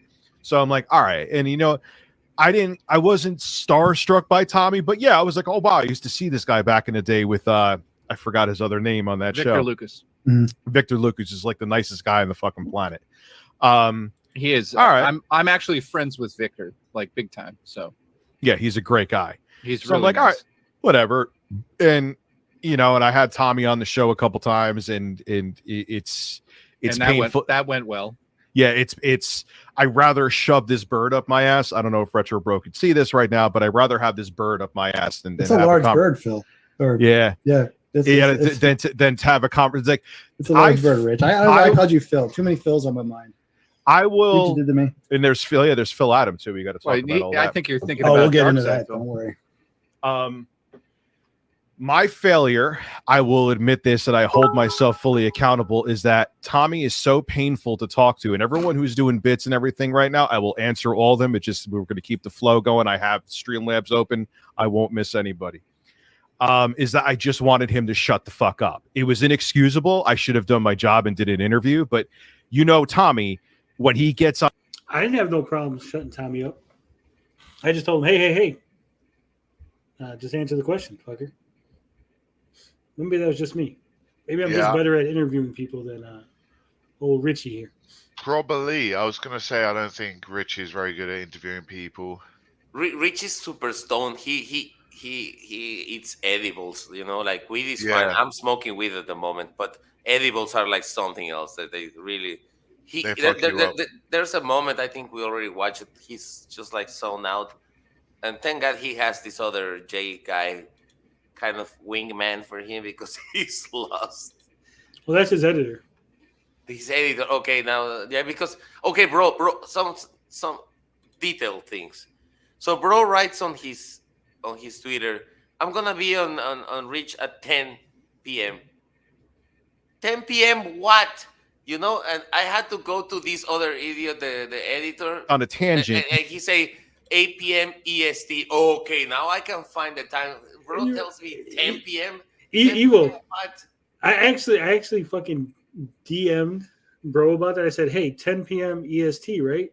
He goes, well, yeah, you know where I live on the East Coast. I said, yeah, but people have been asking me because they're confused, right? He goes, well, I put on Twitter. I go, yeah, you only put 10 p.m. on Twitter. You didn't put 10 p.m. What, Australian time? Like, guys, time? Exactly, man. Time zones help, and even I get annoyed even at time zones. He got mad at me, Evo. He goes, yeah, I'm sure people were asking you what time. I said they were. Fuck. I said, you want to bet on that shit? I look at that, and we didn't talk about this before. And look, it's true. It was true. I was confused. I was like, what? How should I do that? And because I saw the other guy's name, and I was like, this guy has to be smarter than bro in that regard. Went to his Twitch, to his Twitter. He say 8 p.m. EST, and I was like, oh, thank you, man. Thank you. Now I can search. What the fuck? Jesus. You see, bro? You see what happens, bro? You see when you don't use the fucking time zones? This is what happens, bro. This is what happens. Yeah. Personally, I prefer knowing how many hours or in what time, like in time length, it's going to be until someone goes straight live or whatever. But I guess time zones are fine. I mean, do whatever you want, but write something that I can Google. You know, even if you want to use the Greenwich fucking time, something I can say. Okay, Bob is gonna be there. What is the time now? Okay, that's what I do all the time. I'm in Tony's timeline. Not I shouldn't be, but because I'm in a tourist zone, they changed it. So like, I'm not gonna. I'll shut up. It's okay. You could be there for 6 hours talking to him, and you may have gotten 2 words in. It's almost impossible to get a word in without literally telling him to shut up. Yes, you have to almost just be rude to the guy, like Tommy, shut up, and you too much here. So I have a question. I don't want you to speak for anybody else, but maybe you can speak on this. In terms of the community and all that stuff that was built up for the Amico, are you seeing a lot of your friends in that community very upset with Tommy, or what's the situation behind the scenes in terms of Tommy basically using everybody? Well, Tommy disappeared, but as far as like those friends, again, I do the air quotes. The ones who are still Tommy's friend, air quote, are not talking to me at all. Oh, wow. So there's even a divide in the community now, because the people that are sort of awake and see what he has done have been sort of kicked out of that group. There was a reason why they called it a cult. Okay. And the thing that baffles me is, why was the cult so strong? There wasn't even like a true product yet. I would believe a cult more for the Ouya than the Amico. It never even truly existed. So how did that even happen? It was the us versus them mentality. Tommy presented them with a toy. Yeah. They said, here's a thing that's the most awesomest thing in the whole world, guys. Those dudes over there, they want to take this thing from you. The special. They want to take your special away. Stop them. Yeah, they've kind of forced us into a situation, to be perfectly honest, because they galvanized together so hard. They kind of pushed a lot of the quote-unquote haters together. Yeah, tribalism. Mr. 804 is correct. Yeah. It couldn't have just been opportunity, because there had to be something else. Like, what happened behind the scenes that got people so... Well, I mean, I think realistically it was just the idea of talking to Tommy and being part of it, right? I mean, that's a big part of it. For me, I didn't know who Tommy was prior to, honestly, before the Amico thing. I learned about his background later. I mean, when I think of G4, I think of Morgan Webb and Adam Sessler. That's who I used to watch. I don't really remember Tommy, because I watched it back in like the early 2000s, late 90s. I think they were on. But I learned about him after. But there's a comedy bit on YouTube. I don't know if you've ever seen this, but there's actually a comedian talking about this. And looking back in hindsight, it's kind of interesting, because he's like, he was making jokes about video game music. And these nerds like attacked him online for making fun of Tommy Tallarico. And like in hindsight, you look at that and you go, wow, that's interesting. So I think that's a big part of it. There's a big part of it that were huge fans of his that got an opportunity, like they saw him as a celebrity. And there was people like me who were small YouTubers and looked at it as it's like very hard to grow a channel. Like it is. Yeah, but what Bro's coming on saying, hey, it was very hard to grow a channel, very hard. But constantly has Bro said that, hey, I didn't ever needed the Amico, guys, I never needed the Amico. I was big time. Retro Pie. People knew who I was. I have like 3,000, 4,000 subs before the Amico. The Amico did not make the RetroBro. But there he is on ReviewTechUSA crying about how hard it is to grow a channel, how hard it is to operate on YouTube these days. Guys, I don't know how hard it is to grow a channel. He sounds like he really wanted to eBay hardcore, because what is hard to grow a channel? If you are having fun with people interacting, I think that's you made it, no? I mean, I understand like Tony's desire to get a 1K, so that probably the algorithm will work better on your behalf and you can do other shit. But other than that, what's like hard to grow? And he's not a dude that has 2 views or 3 views. Like some guys we know. We know some people that has like 17, 20 Ks, and they have 2, 3 views. That's fucking sad.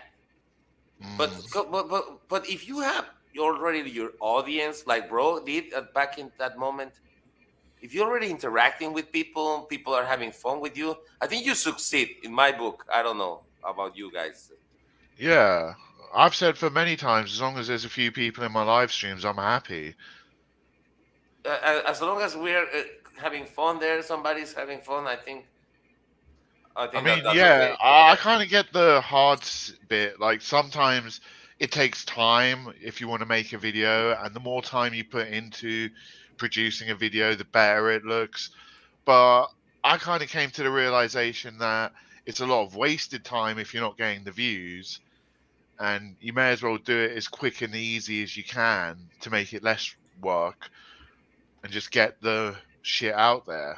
Because the thing has been so sorry. I was gonna say I just exposed someone else who kind of looks like they bought subs. So I mean, there's a lot of people out there that just can't grow channels, and they want to desperately. That's the issue. That I think that's the thing I don't understand. Because okay, I cried. I will still mourn about me losing my channel, but no, it wasn't about it was just about the things I will not get back. Not because I had the views and I was growing it and having millions and billions of views. That I don't care. I just the comment sections, the chats. That's what I really will miss. All the interactions, just like now. Yeah. But what if there was something that Bro wanted from growing his channel? Like there was some sort of benefit that he was hoping that he could exploit off of the Amico situation. Something monetarily valuable. Oh my. Bob, do you have any idea what I could be referring to? I'm racking my brain. No. I mean, he's already monetized. He was already monetized prior to the Amico. Having the Amico before other people and being able to stream it. But I don't see how that equates to monetary gain necessarily. Well, the Amico was a very tight-knit group, hotbed of controversy, and the Amicos supported the Amicos. Amicos supported Amicos. And so, after becoming an Amico shill, there was something that John did. Would you like to see what it was? Oh, yeah, sure. Of course you would. Of I don't course. even have to. This is RetroBro membership announcement, April 7th, 2021. That's right. He didn't have memberships until after the Amico. But isn't that just a feature you turn on? It is a feature turn on, but why wouldn't he have turned it on prior to this date? Why would he have waited till after becoming an Amico shill? What possible reason could it be? I don't know. Exclusive Amico content? But this is... Oh, that's April 2021, yeah. I don't know. What? Are we going to get revealed in this video? Are we going to watch it? No, we're not going to watch it. We don't need to watch it, Bob. It's very simple. Prior to this, nobody in the community really was going to become a member of his channel. But the Amico community, once again, is a tight-knit community. It is a community of people supporting each other. He knew that he could get Amicos to become members to his channel. And the hope was that he would get more views, more memberships. Because the Amico, if he was on the quote-unquote right side of history, that would be his ticket to glory, to riches, to fame. So Bro can never ever talk against any e-beggar after this. Sorry, bro. You have been exposed.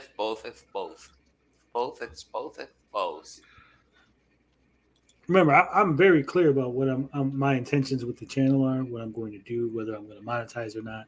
Yeah, that's okay. To be clear about it. For someone to have waited until they latched onto this Amico phenomenon, that tells me right there they saw this. Oh shit, I can exploit these people and get them to be members of my channel. Yeah. Why aren't we attacking? We're not attacking. See, we're not attacking John for having memberships. It's the timing of the memberships. It's the why. ReviewTechUSA, Smash. They didn't wait until they were in the middle of Amico land and then be like, I'm going to get memberships because I know you guys will subscribe because we're all Amicos now. Rich has been fucking monetized forever. He's had memberships forever. Same thing with Smash. Smash had memberships before he started covering Amico.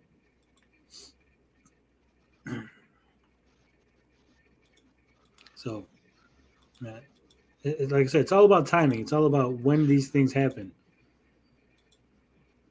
It's like DJC. DJC said that he wanted to monetize his channel. He say that? Yeah, because he wants to do giveaways and stuff. Oh, that's the giveaway. That's what Josie was talking about. I didn't watch the video. Yeah. So like I said, it is all about timing. Imagine if I got 1,000 subscribers, I never turned on memberships, and then I joined as part of the fucking Super Soaker community, and then suddenly I turned on memberships because they made me part of the Super Soaker community. You'd all be like, wait a minute, he's just trying to exploit the Super Soaker community because he knows they'll fucking become members. That's the difference. Is there a Super Soaker community? Can I join? I'll be right back, guys. Okay, have fun. You got to check? I gotta buy beer. I'll be in. No, we haven't made it to the MSM part yet. I'm gonna miss a lot. Oh, damn it, I'm gonna miss a lot. If you run really, really quick to the store, you should make it back before we get 10 minutes into the video. But what would have kissing his ass benefited you with? He's an irrelevant money, views, and money guy who's a personality from the early 2000s. Yeah, he made a lot of money. Right. I think it was less about that and more of if this thing works out, then I was on the side of, it was just like gambling. Like I was on the side of the right side.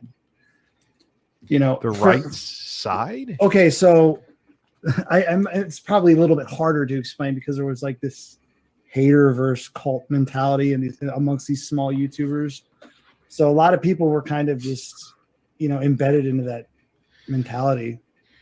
But you even went to a point though where you were defending Tommy. You can't you even went after me. I think I was critical of Tommy one night, and I don't know if it was a DM or it was public. It doesn't matter. You said it where like my family should be ashamed of me. And where did that come from? It was bizarre.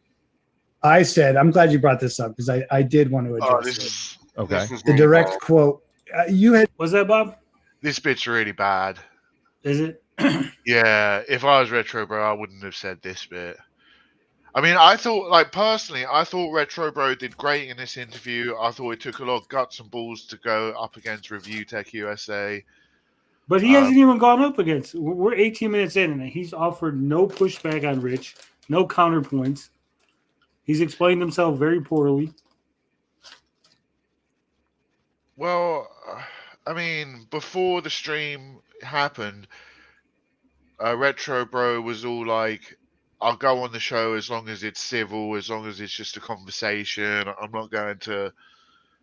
But you could be civil and have a conversation and still have people push back. Like right now, I'm pushing back on you, Bob, in a civil manner, right? True.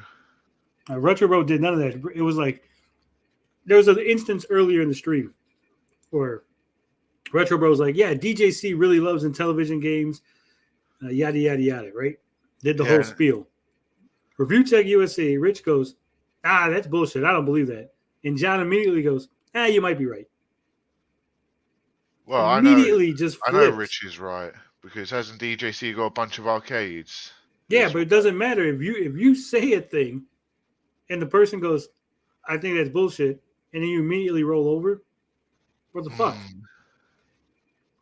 Stick to your guns. Be like, no, Rich, he really is just a fan of Intellivision. He really does like those games. He really does think Finnegan Fox. He talks about Finnegan Fox, off air and in Twitter DMs or fucking Discord group or something, right?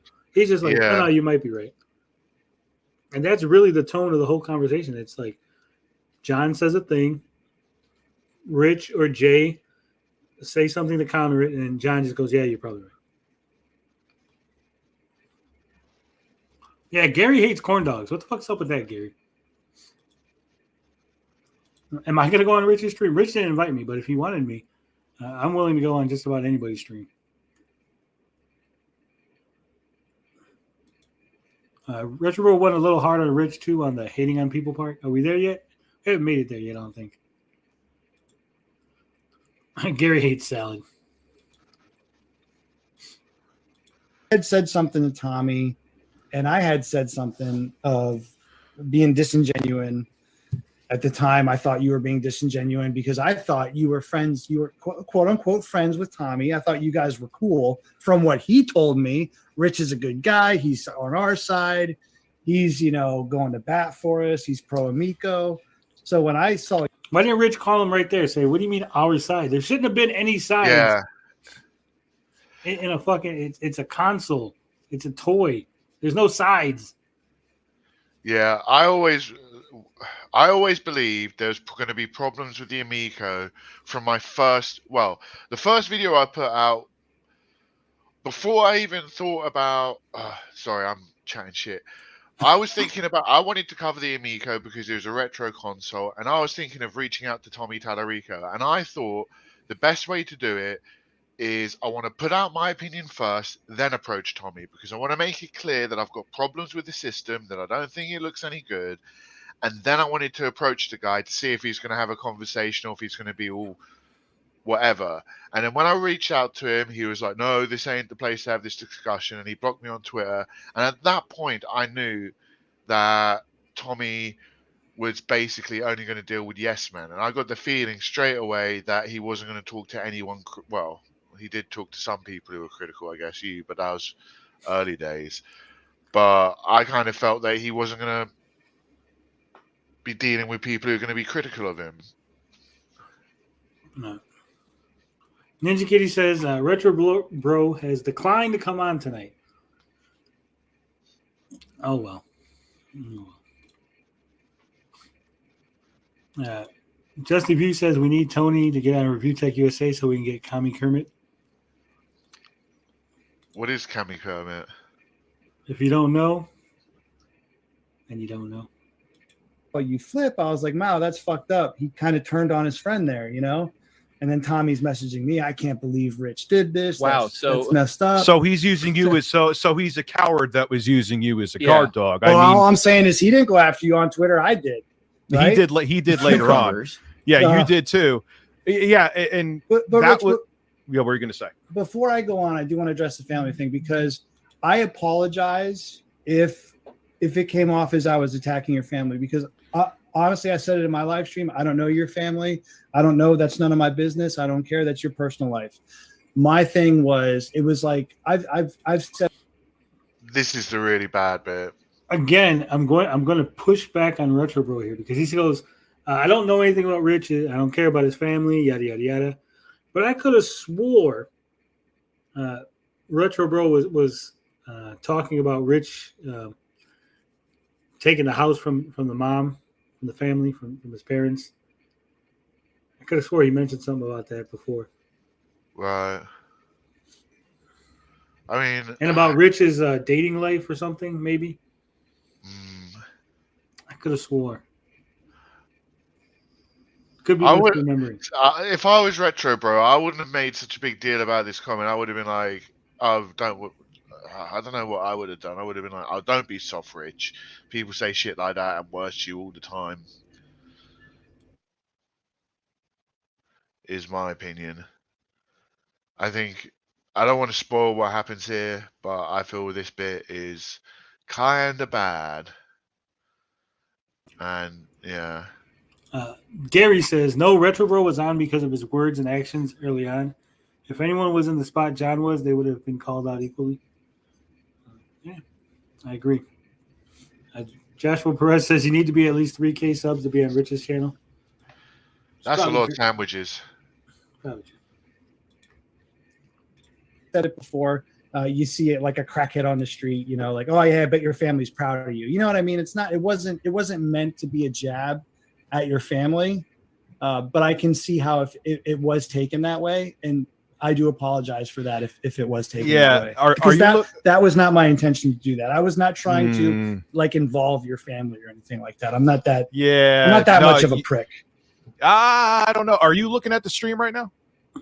No. Yeah, I have it up on my phone. Okay. Because you have I'm going to show you something. You kind of have a trend of going after people during this era. Ooh, this is where the audio cuts out. Damn you, evil. Yeah. No, I think that happened. Audio cut out anyway. Yeah, that was the anger got a hold of me. If you can't read it, because half of it is wrong. This was the Master System Marceau, RetroBro, Geek Getaway, pro-life argument that we had gotten into. This had nothing to do with Amico. Why Rich would bring this up as if this was some sort of gotcha or Amico related event, really not. There was so many more examples of RetroBro talking shit to haters or whatever that he could have dug up. So this, in my opinion, was kind of weak. Yeah. Well, didn't RetroBro made the tweet just to piss off MSM? He did. They were arguing. He said, I'd be a pro-abortion too if Tyrone was knocking up my wife every weekend too, or something like that. I can't read it all. And then Marceau's wife quote tweeted him and was like, I'm the whore wife. She'll change her stance on abortion if any of these men know where the clitoris is, or if they can locate the clitoris. I know where the clitoris is. Yeah. So I'm not going to take her up on her offer because that's between a man and his wife.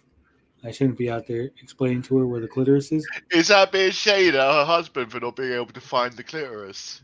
It is. Sounds like it. Shit. Have you ever seen Dinner for Schmucks? Oh, yes. Yes, that's a great Where movie. Steve Carell's talking about my wife was mad that I lost her clitoris.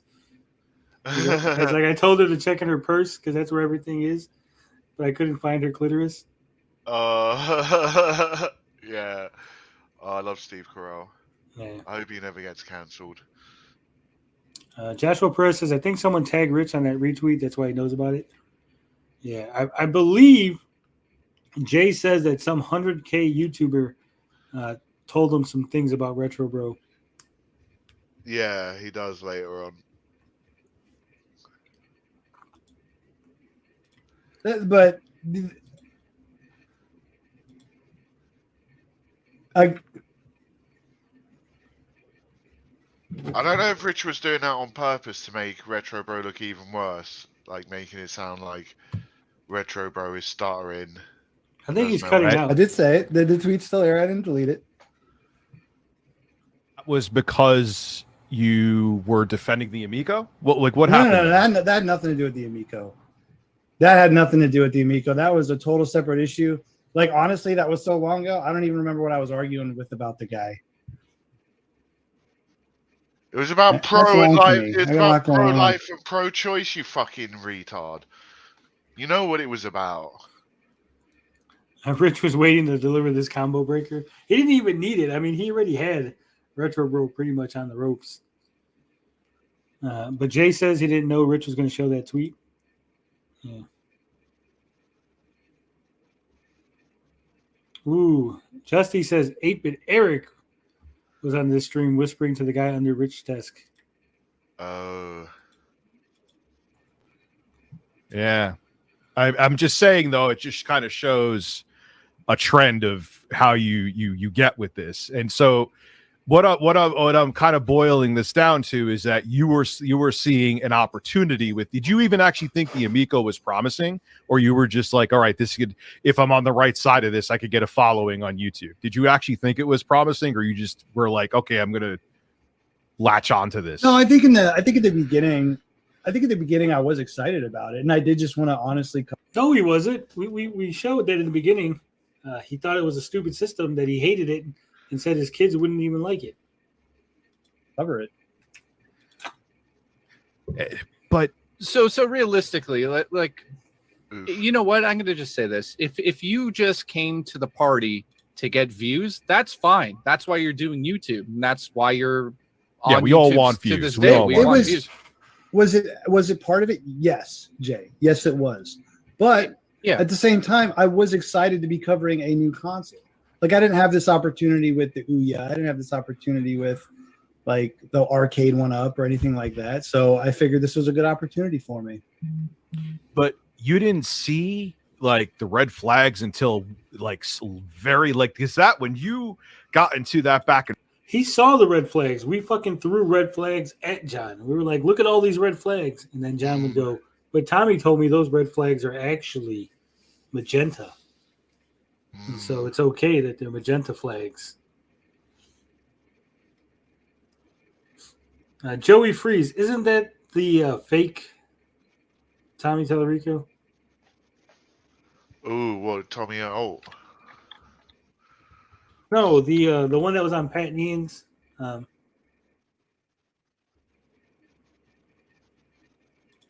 You know, the voice. Yeah, the voicemail. Tommy. Did I miss the fucking Twitter? Yeah. Yeah, you missed it. Damn. Those red flags were actually clitorises. That's why you missed them? Makes sense now. Is that the plural of clitorises? It's not clitori? Clitori. Like fungi. Yeah. I don't know. It doesn't sound like it's ever been a problem for you, multiple clitorises. It has not. That's why you have two hands and a tongue. You can handle at least 3 at a time. No, a fourth. You're missing one very important part of that equation. Well, yeah, I'm assuming your dick's not rubbing on the clitoris. Exactly. The fourth one, that's the rubbing. Some girls like that. They do. The rubbing and the shrubbing. Oh, okay. Whoa. This is turning into fucking After Dark. Don't forget your feet as well. That's Family nasty. friendly. You want to give her fucking fungus? No, that's why you clean your feet first. Fungi. Yeah, it's fungi.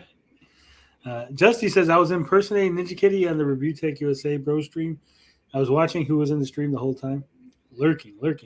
Just like we got 22 people watching, like 6 people chatting, and 16 people lurking. Don't call out your lurkers, man. Big respect to the lurkers. Love the lurkers. Yeah. I'm calling them out because they don't want to subscribe. I got subscriber only mode. I think I put it for 5 minutes. All you got to do is subscribe for 5 minutes. And they can't even do that. They might be subscribers already who just don't want to chat in the chat. I don't know. Chat in the chat? The chat's friendly. Come chat in the chat. Anyway, let's carry on. We got another 30 minutes to go. Back and forth with me. That was really late. Like you When didn't was see that? Do you anything? still have those tweets? Was that like I don't still have them. We all know it, but like what that was like Rich, what does it matter? Like who is the grand arbiter to say when it was and wasn't too late though? Because I know you said, oh, you waited way too long, like at least Smash got out early. I was like 3 weeks after Smash. It was really right around the same time frame. And Smash got out late too. He got out at almost the 11th hour. Well, you were still on. For me, because of that, it was honestly for me, it was that closeness with Tommy. And then when I found out he lied to me, I was like, dude. So here's the question, Bob and Evil. Yes. If RetroBro found out that Tommy was lying about the escrow money, but the Amico still came out, would he have flipped? Came out like Okay, let's like released. It released. Yeah, I know. But the point is that he became aware of the escrow after the Amico came out or before it came out? Before it releases. Like they're in production. They're not giving refunds. They said, "Hey, the money's not in escrow. We used it for manufacturing instead." So he knows that Tommy lied to him, but the Amicos are being manufactured. Do you think he would have flipped? Because right now, what he knows is that the Amico is probably gonna come out, right? Like, there's still a. So you're telling me there's a chance, like. So I don't know, man. It's kind of like, not to throw RetroBro under the bus. It kind of sounds like an excuse, That's what I'm saying, because he's like, it's the fact that Tommy lied to me, right? So again, if it was coming out, if it was manufacturing, but you still found out Tommy lied, I don't think he would have flipped. I think it's because, hey, this is a convenient excuse with all the other shit that was piled up already. That's probably true because in that scenario that the Amico it's coming out or like really in production, like the units are being done, he will not flip out because it was worth the lie. That's what will be that will be the excuse. Like, it was worth lying because we made it. We made it, and we're gonna cover this. Sometimes that you had to do this in companies, and I even kind of like. But it's not going to happen. That's the shitty part. 70 million gone out of the trash. Did Atari BCS needed 3 million to make their console? 3, and they made 17 and nothing for a fucking boutique niche console that played retro reimagined games. I can't believe this. But I mean, I just don't get why. I mean, people have said this before, but as you brought up earlier, Tony, why was the $100 escrow the breaking point when I don't even have to look into the past to know that Tommy's lied repeatedly about various different things? Why weren't all those lies a factor? Yeah, the lie about Toe Jam and Earl. Remember, we confronted him about Toe Jam and Earl, and he said, no. Tommy told me that it's coming out. I said, we talked to the fucking developers. The developers saying it's not coming out. It's not fucking happening. And he was insistent. Remember how many games were finished? Tommy told me this many. This is how many are finished. It's fucking. And it was a lie. Yeah, didn't RetroBro one time do? I may be forgetting this. Do a huge. Say he had a huge list of 20 or so games which were ready, and then like the next day or the next week, Phil Adams come out and said, "No, that's not right." Yeah, that's what I was talking about. That was the second thing I was talking about. Yeah, and Tony didn't want to talk about it, but he showed some images on a video a couple of weeks ago with that Bomb Squad game that we already know the developers say it doesn't work on this controller.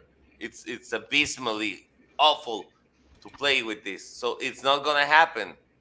But they still hammered on that not so long ago, like on that stupid Bomb Squad game that's not gonna go. And Relic and all these guys are still talking about that thing. Like, no, they don't know what they're talking about. It works. It's cutting cable bullshit game.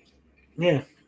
Beefy Bite says it was a dumb excuse to flip. If I was in his shoes, I would have been more honest and said something like, I'm tired of looking dumb with my bad takes. Speaking of bad takes, this was posted by RetroBro 5 hours ago. Today at 4:30. So this has nothing to do with us. Obviously, this is to do with Rich. But I'm going to tell you why it's a bad take after we read the tweet. The tweet says, amazing what I can pull up on Twitter. ...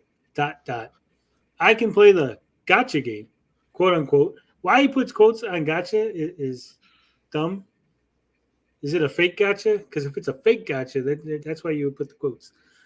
Game 2 if I wanted to, but I'll keep it just in case I need it. No one is perfect. Everyone says dumb shit now again. But some pretend to play this, quote, holier than thou, unquote, card while they got some of the dirtiest laundry. This right here is a fucking terrible look. This is when people are like, oh, shit, you're fucking trying to blackmail. You're trying to intimidate Rich from ReviewTechUSA, right? If you have something that needs to be aired out, if you have uncovered something, unearthed something that should be known to the public, then fucking tell the public. holding it over someone's head and telling them, hey, I got this thing. And if you piss me off, I'll show it. That means you're not doing this for the public good. This is for petty revenge and bullshit reasoning here. This is you just being bitch made on Twitter. You got embarrassed. You didn't think he was going to pull up some old tweets. He did. Now you want to pull this and say, hey, I got some things on you too. Be aware. Ooh, be scared because I got some things. Tony, it wasn't that much. It wasn't that old, no? I think it was like 8 months old or something like that. Yeah. It's not like something he wrote at college or something. And it wasn't. And here's the thing. Here's what I don't understand, right? On ReviewTechUSA stream, on Rich's stream, we just saw it. He said, hey, I didn't delete it. I'm basically standing by what I said. So why is he upset? If you pulled up a tweet that I made and said, hey, did you make this tweet? I'd say, yes, I did. Do you agree with this tweet? I say, when I made the tweet, I agreed with it. Obviously, if I didn't think whatever it is that I tweeted, when I tweeted it, I wouldn't have tweeted it, right? Obviously, in the mindset I was at the time of the tweet, that's what I thought. That's what I believed. That's what I stand for at that time. Is it different now? I don't know because I don't know what tweet we're talking about exactly. But most likely, I'm still going to stand by what I said. If I didn't delete it, if I never got rid of it, and if I've never apologized for it, then obviously I still believe it. I still stand by what I said. That's what men do. And like, I just don't understand why. Look, I know it might be a bit of a weak defense, but why didn't bro just say it was a fucking joke, dude? Like, come on. Well, I took a shot at him. He was talking shit, so I talked shit back. Exactly. Yeah. We can enjoy some dark humor, you know. It's necessary. I'm in strong belief that when it comes to comedy, nothing's off the table. It should be that way. I know we know that in Snowflake Land, it's not possible anymore. At least if you don't want to get canceled and things like that. But yeah, I get the point. And that's the way it should be. And I have apologized as well. Like I say some shit sometimes, and then I said, you know, dude, I'm sorry. I did say that. As Tony said, at the moment I felt that way. Now I don't know. It's different. But at the moment, yeah, I did say that. I'm not gonna say no. Why not? It's there. It's out there on the fucking internet. I mean, they've pulled that shit on me. I mean, we've had people go, look at what Tony tweeted. He's fucking racist. He hates fucking Mexicans or something. I don't know. You hate us. I hate myself. Right? And I was like, that tweet's still there because I still think it's fucking funny when I said, hey, I don't speak housekeeping. It was hilarious, that thing. And I always tell you guys, I'm half Mexican, so I can laugh at that.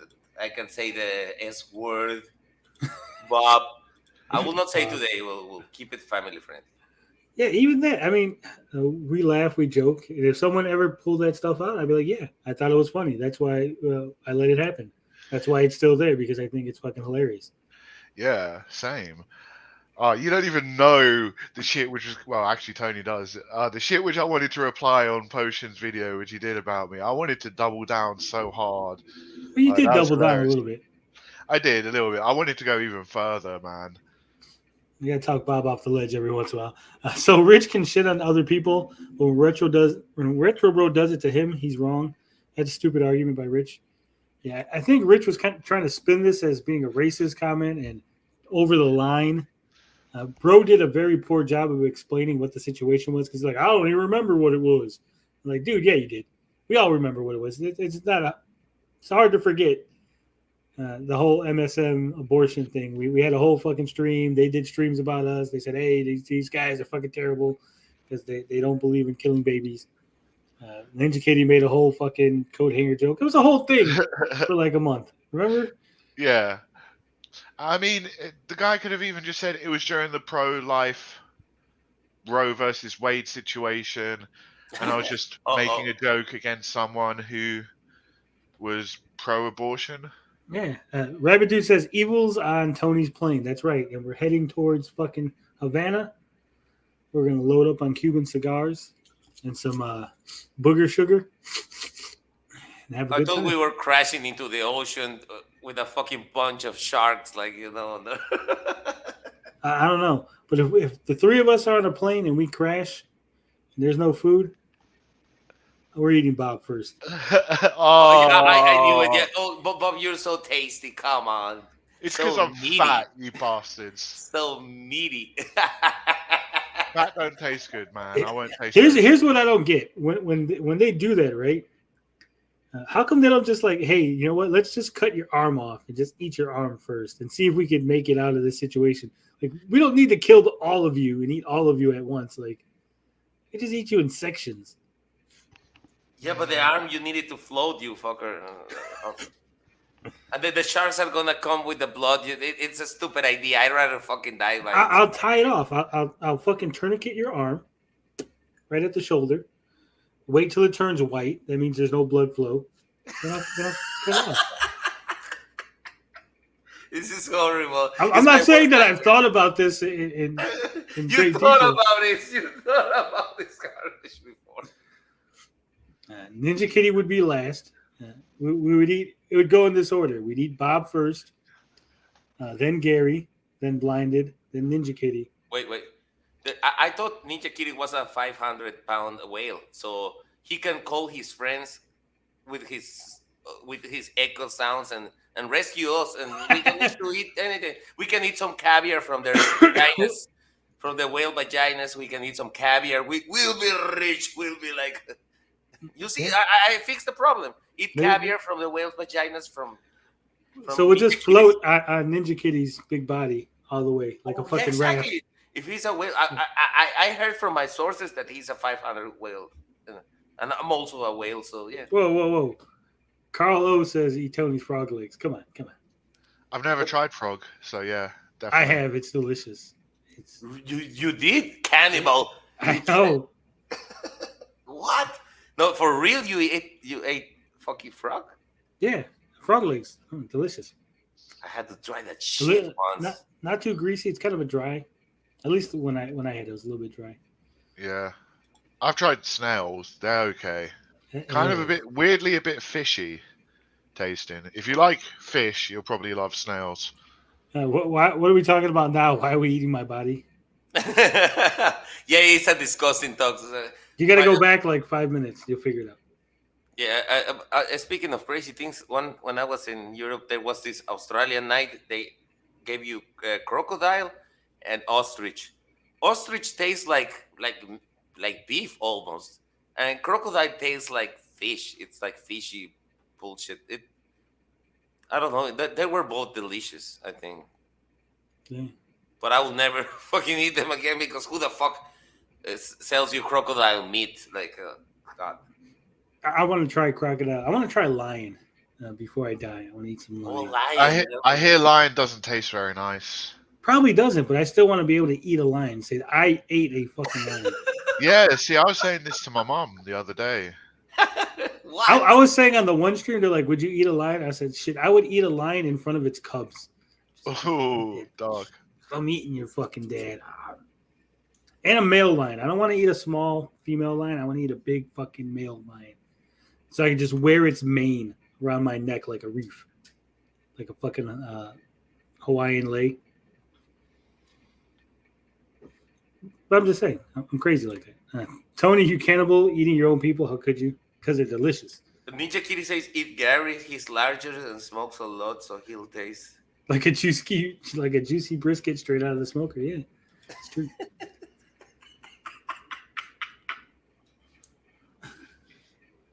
This leftover fat will be made into candles to keep everybody warm. Yeah. All right, let's get back to the video. We're drifting away, drifting off topic. Hey, Jindo was in there. Jindo Fox says, I don't recall Ouya fans going on the offensive like the Amico bros. Who is Jindo Fox? He's a commenter on the channel, anti-Amico fan. Okay. He lied to me, and then he wouldn't even apologize for it. So I was like, fuck this, I'm out. I'm not going to keep doing this for you. So you haven't talked to Tommy. Like, what is Tommy doing right now? You haven't talked to Tommy since? I don't know. I haven't talked to Tommy since, like I said, April. And how did that end? Did he just basically say F you? Or was there any conversation? there wasn't like an FU. There was a pretty much he would always say, like, just so you know, our friendship doesn't come down to the success of the Amico. And I'm like, That's So interesting, full of 'cause- shit. 'cause Oh, the second God. I left, that was not the case. Like he doesn't. I don't So know. let's just give you a second right now to really clear the air to everybody in the community and Tommy and even Rich here. What is your overall sort of view of what happened here, and how are you feeling at the end of the day? Like, do you feel like what you've done here is good, bad? You know what I'm saying here? Well, in the grand scheme of things, good and bad. Like as far as what, like just my Amico coverage. Well, yeah, just the Amico coverage at this point, because it is basically dead in the water now, and you spent so much time and energy trying to invest to get, some views back. Do you have anything to? What I'm saying is, do you have anything to say to Tommy that he might hear, because he might actually be watching all of this stuff? Because we're giving you the right here. Bro has the opportunity. They're basically saying you can say whatever you want to Tommy Tallarico. Bro should have said, fuck you, Tommy Tallarico. You can sit on it. And Papa Pete, too. He should have did fucking the whole Ben Silverpong thing. But he didn't. He didn't. The opportunity to talk directly to him, because he's never going to talk to you again, man. He's not your friend. He's not popping up to be like, hey, sorry I disappeared for 8 months. I'm your friend still. So he's not inviting you to the barbecue. So yeah, we want to give you the opportunity to basically clear your mind here. How do you feel about the whole situation at the end of the day with Tommy? Do you consider yourself friends? Is there anything you want to say to him? No, I don't believe we're friends. I don't believe we are. I mean, I've said everything I needed to say to him personally. I mean, he manipulated a bunch of people, and there's people that are still kind of holding that candle for him even after he's gone. Well, wasn't there there was actually, they sent out like prototypes to some of the super. Okay, I got a good story for this. Yeah, give us that story. You asked me why did you stay on? Why did you stay on? So they have been promising these test units to YouTubers for over a year. He just said, why did you stay on? And now he's going to mention about these test units. I think John's not really thinking before he's talking, because it sounds like he's implying that he stayed on for a test unit. Yeah. I have actual documentation records that I could show, which I'm going to do on my channel, that showed that these units were promised since February of this year. Actually, I think it was March 5th.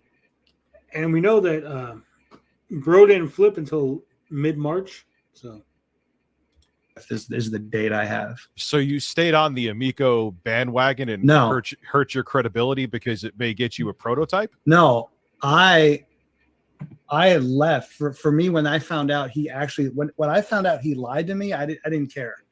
Okay. I didn't care, because up until probably spring, when I found out about the escrow thing, I honestly did not think he lied to me about anything. I had no reason to believe at the time. Like, there wasn't undeniable proof that he had.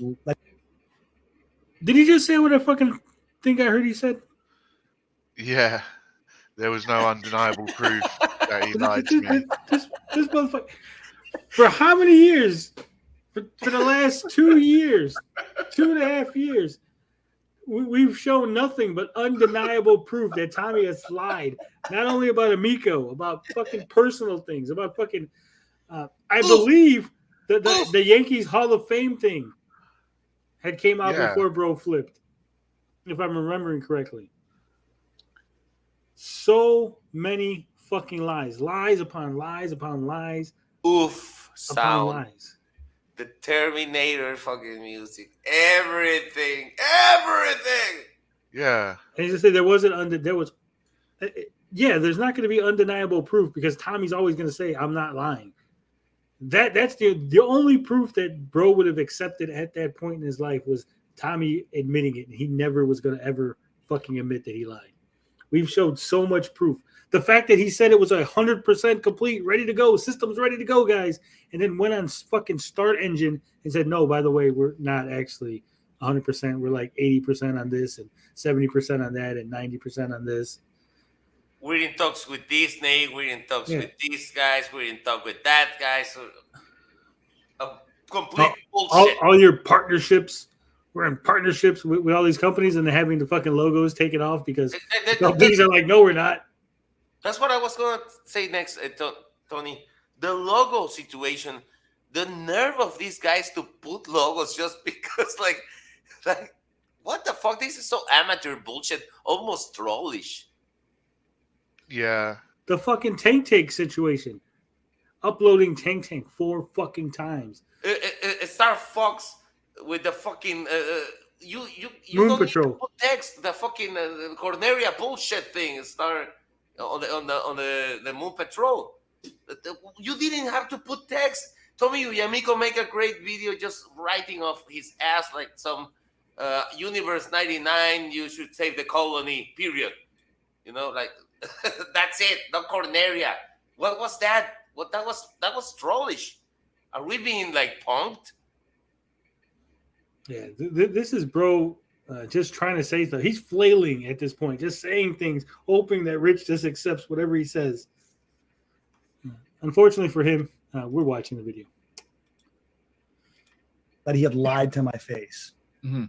So when I found that out, I was like, dude, I don't care. Like, you can give me whatever you want. I'm not going to sell my credibility for a fucking test console. And here's another thing that makes no fucking sense. Makes no fucking sense, Scott. Scott, why does this not make any sense? By the time bro had discovered that Tommy had lied about the escrow money, Tommy wasn't even the fucking CEO anymore. Phil Adam was the CEO. So he jumped ship because Tommy, who's no longer in charge of the company, had lied to him. Phil Adam might not have lied to him. Phil Adam might have been truthful, might have been telling bro, hey, Tommy's an asshole. He lied to you. Don't worry, I'm not going to lie to you. And again, this was never about the friendship with Tommy or whatever, right?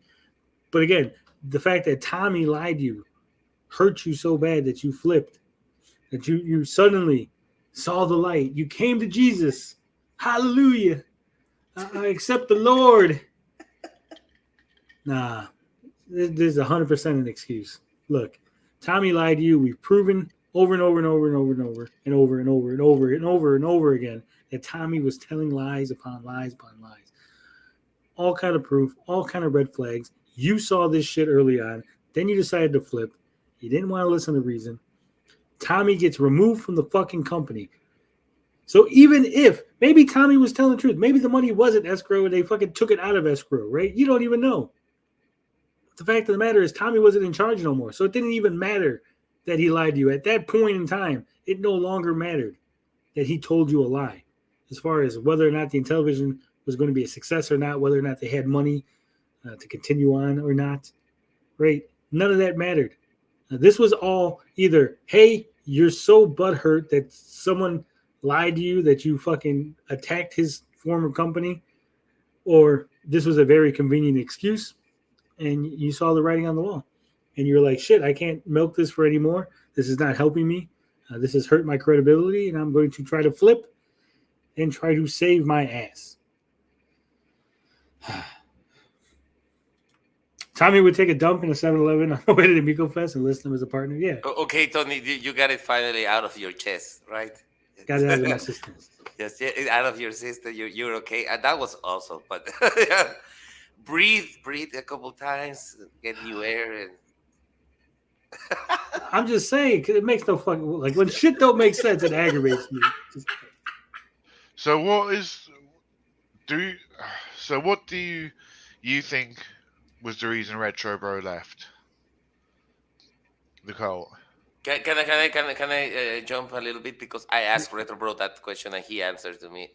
But to be fair, I tricked the question. I asked him, "Were you feeling fear of the legal consequences, like like being on that side of the court that day when they were gonna be like prosecuted?" Like the O.J. Simpson trial, it's gonna be Tallarico, Phil Adams, Nick Richards, and Smash AT and fucking RetroBro as enablers.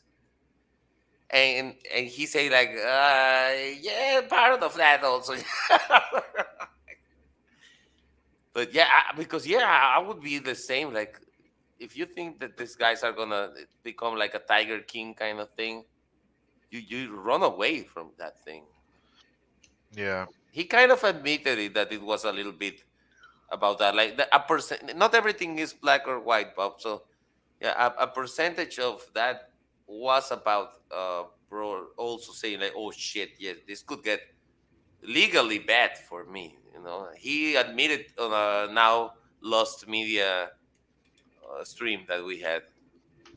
Mm. So what did he say? What was his answer? About what? He said yes, to a degree. Like, to a degree, yeah, there was a. What's funny is, even if RetroBro flips, Smash flips, they can still be held accountable for the shit they said when they weren't flipped, right? You can't just wash your hand of the situation. You say, hey guys, I know I stole a bunch of stuff, but hey, I also went to a church and I donated some time, and that makes us even, right? I don't get to go to jail. No, you get to still go to jail. Say, hey, it's nice that you went to church and donated some of your time and helped the homeless, but you still stole some shit, so you get to go to jail. You still participated in the scam. Yeah. I always use that. Sorry, I'm not gonna go into details. I want this. The Maxwell chick on that horrible island thing. Even if you cannot back out like 5 minutes ago and then say you participate in these 20 years, and 5 minutes ago you say, I'm out of this, I'm gonna help everybody to. You still have some time to pay. You cannot just, as you say, immediately say I back out. That Bro has been a little more clear, and that's why we give him a pass. But Bro, Smash AT is just garbage. Sorry. Uyamiko's here. Hello, man. Hey, what's up, Uyamiko? You're late. Pass your best time. Come here. Join the car. Freight Train says, Jesus Christ, guys, I'd hate to hear this new guy on nitrous oxide. Who are you talking about? Who's the new guy? Evil. Andy says, Tony, do you know what the Rab helping feed Bro's family was? I do. And it's not a situation that I'm going to discuss because it's not relevant to any of this. Personal dealings between Amico heads is not really what we're here for. But yes, I do know. So you already did that, though. You already sold your Rich, credibility. what do you want me to say, Rich? Yes, I did. Okay. Yeah, I did. That's why I'm on here. That's why I've done multiple streams apologizing. You said I didn't apologize on one of my streams. I absolutely did. I apologize to a lot of people. Well, you just had a stream up recently where you made fun of my audience, saying that, Well, we made fun of a lot of people on that stream. You should watch the whole stream. We did. We watched the whole thing. No, you watched an outtake that I was talking about you. The stream was like 2 hours long. You weren't the only one that caught some fire on that stream. This is stupid of RetroBro to say. Why was that? Why do you say that, Bob? Because it's like, yeah, we were dunking on other people, so it's okay to dunk on you too. Why? That doesn't make. If you're chatting shit about one person, you're chatting shit about one person. Just because you're chatting shit about multiple people doesn't make it fine, No, I think the point that RetroBro was trying to make was that it wasn't a stream dedicated to dunking on Rich. That it was a stream where we were just talking. They were just chatting shit on a bunch of people. Right. He didn't really, like I said before, he didn't really explain himself very well. Though Rich's point still stands. You still were talking shit about it, specifically whether or not it was because someone brought up the video to you, whether or not it was because it was your idea to talk about it. That was still you saying shit, saying stuff about Rich's weight and Rich's audience and other things. Either own up, either say, hey, those are the things I believe. Those are the things I believed at the time. Or say, hey, I was just fucking out of line. I'm sorry. I apologize. Yeah, or just be like, I was trolling or I was just chatting shit. Just own it. That wasn't that. Why? But that wasn't an Amico related stream. It doesn't matter. You were talking about the fact that all I had was an apology. Hold on 1 second. Hold on 1 second. That wasn't me. Yeah, I know. This is a Rich. His doorbell rang. They were sending him pizza. Yeah, he made this bedside. I think somebody tried to bring him a pizza and he's not hungry. Anyway, so what was I saying? People don't understand that I'm trying to. Pulse Attack says Tommy's at Rich's house.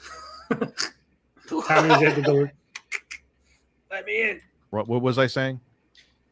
Basically, you know, I mean, we're going in circles about the stuff that, you know, that live stream about Rich catching some fire there.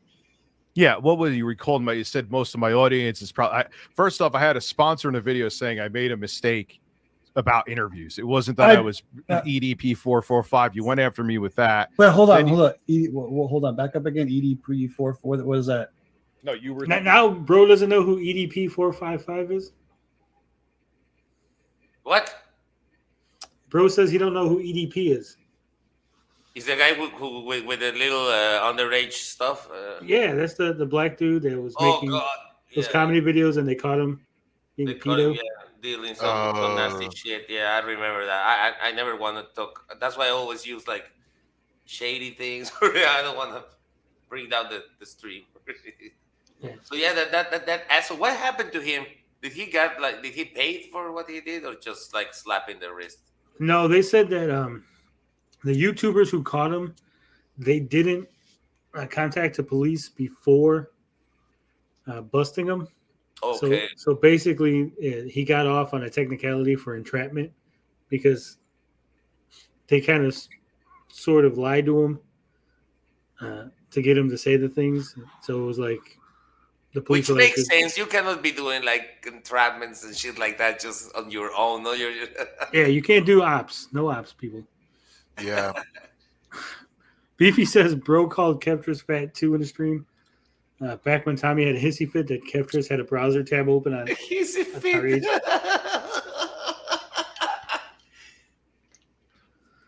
Tommy says, sorry I'm late. Got distracted by the AI image creation software. So you can make photorealistic lewds of any woman in seconds with this. Holy shit. This might be more interesting than Miko. Holy shit. Send me the link. Yeah, same. We need to talk. Yeah, exactly. I need to send you some models. For science. Just for science, it says. You know what's funny about those AI generated pictures? There's no copyright on them. Yes, there is. No, there's not. Well, there's no copyright, but there's weird. You gotta read the terms of service. Right, but there's no copyright on them. Now, I'm not talking about terms of service. I'm just talking about as far as there's no copyright. No one is the copyright owner because the AI is generating it, and we as a society have not deemed AI capable of owning the copyright on an image. This is the animatrix coming to life, guys. Right, but I've heard that the software has terms of services where you may or may not be able to use it for financial gain. Yeah, but there's a difference between being able to use things because of terms of service. I saw like the kitty comment.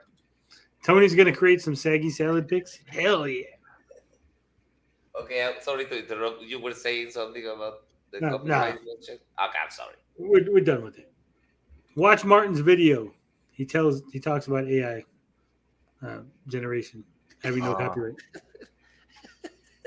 For saying that it wasn't like I did something absolutely terrible. I was saying that I should have done a better job with the interviews. So you went in the whole thing with that. Then you went into the whole thing with me. Oh, how does he have it's a vitamin drink? Why does a fat guy have a vitamin drink? It's not working for him. Then you went into that. Most of my audience probably is about 700 pounds. I bet you went into all that stuff, dude. You were salty as fuck on there. I wasn't salty. We were having fun in the chat. I wasn't salty. We were having fun in the chat. My audience feeding off the audience. It's no different than when you went on stream, Rich, and you called, Mike Mullis a ball sack liquor. The guy's wife, that British guy, that his wife was lying. It's no different than that. You do the same thing. Who did I call a ball sack liquor? I can tell you. Hold on. Mike Mullis in one of the reaction videos. Who is Mike Mullis? He's one of the Intellivision cultists. Oh, well, I called him a ball. Well, I'm sure I did call him a ball sack liquor. But it's about the context of what you were going after. Where did that video even come from? What was the, not attack? I won't use attack because I do the same thing. But where did what spurred that video? Because I had that thing up about Tommy in my interviews. No, I think probably someone in my chat probably brought it up. Yeah, because I had recently uploaded. Hey, look, it's Big Family Gaming. They said original Next Level Gaming equals Mike Mullis. Big Family Gaming, they're the ones who bought the Carebro costume, aren't they? Tommy showed he had artificial intelligence. It wasn't real. Yeah. Oof. A RetroBro flopping more than rainbow trout in a car wash. Oof. Rich playing dumb now. Yeah. I don't think he called Mike Mullis a taint liquor, though. I know he was talking about. Yeah, I don't think he called him. If I remember, the people in the reaction video, that's where he was making fun of my jaws hitting the ground. He called Snestastic old, and then he had a thumb up his ass. Because I remember saying that Rich went a little too far on those guys because he was getting personal with them and not really offering rebuttals to what they were saying about the Amico. It was more like, oh, this guy's old and this guy's ugly and this guy's fucking stupid and fat. Well, I've said this to a few people. I feel Rich has fallen off. He used to just cover gaming news and hot topics and stuff, but now he's just trolling people. Like the whole DSP thing, yeah, I get the joke, but he's obsessively going after DSP.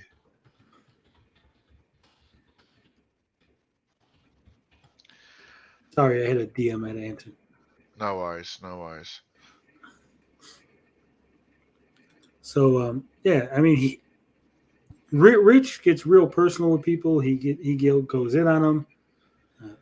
He's salty. He's calling Bro salty. This is the first time I say no. Rich is salty. That Bro fucking insulted him, and he got a little fucking heat from that. Rich is massively salty from that comment. Probably, I don't want to throw myself under the bus with Rich, but RetroBro kind of did have a good point, you know. Rich takes his shirt off for weird people online for $50. Yeah, but I mean, I think that's stupid. Look, if someone wants to give me $50 to take my shirt off, I'll go ahead and do it. It's whatever. But John posts pictures for free of him flexing his muscles. The same weird people that watch Rich's taking his shirt off are the same weird people looking at John's Twitter going, doing things, right? Not the same. No, we like fatties. No, we don't like. I don't like Bro's body. It's too well, I don't either. Some people do. But what I'm saying is, if you put yourself online, someone's gonna do horrible someone's gonna things. get horny and give you money for it, even if it's a couple bucks. Yeah, well, I mean, not even horny. I mean, some people are just going to jerk off to your picture, regardless of whether you're fat, skinny, topless, not topless, right? Hey, debate. Yeah. Even faceless. At least Rich is getting $50 out of the deal. John's putting this shit out there for free. That's what I'm saying. $50, yeah, nice. That air Bob sing some as. Hello, my baby. Hello, my darling. What? Hello, my ragtime girl. So something. We cannot have this the time. I think Tony passed out or something. No, I was looking at something. I know that's why Bob and I are here to fill the air with, who's on first. I don't know. Beefy says I'm out of the loop. I don't know who these people are. Which people? Mike Mullis. You know who Mike Mullis is, and you know who. You don't know who EDP is? You don't know who... I didn't know who EDP is until ReviewTechUSA. Tommy says, I don't need to give you $50 to take your shirt off anymore. I have AI. But you don't know what I look like. So AI is not going to help you. A video.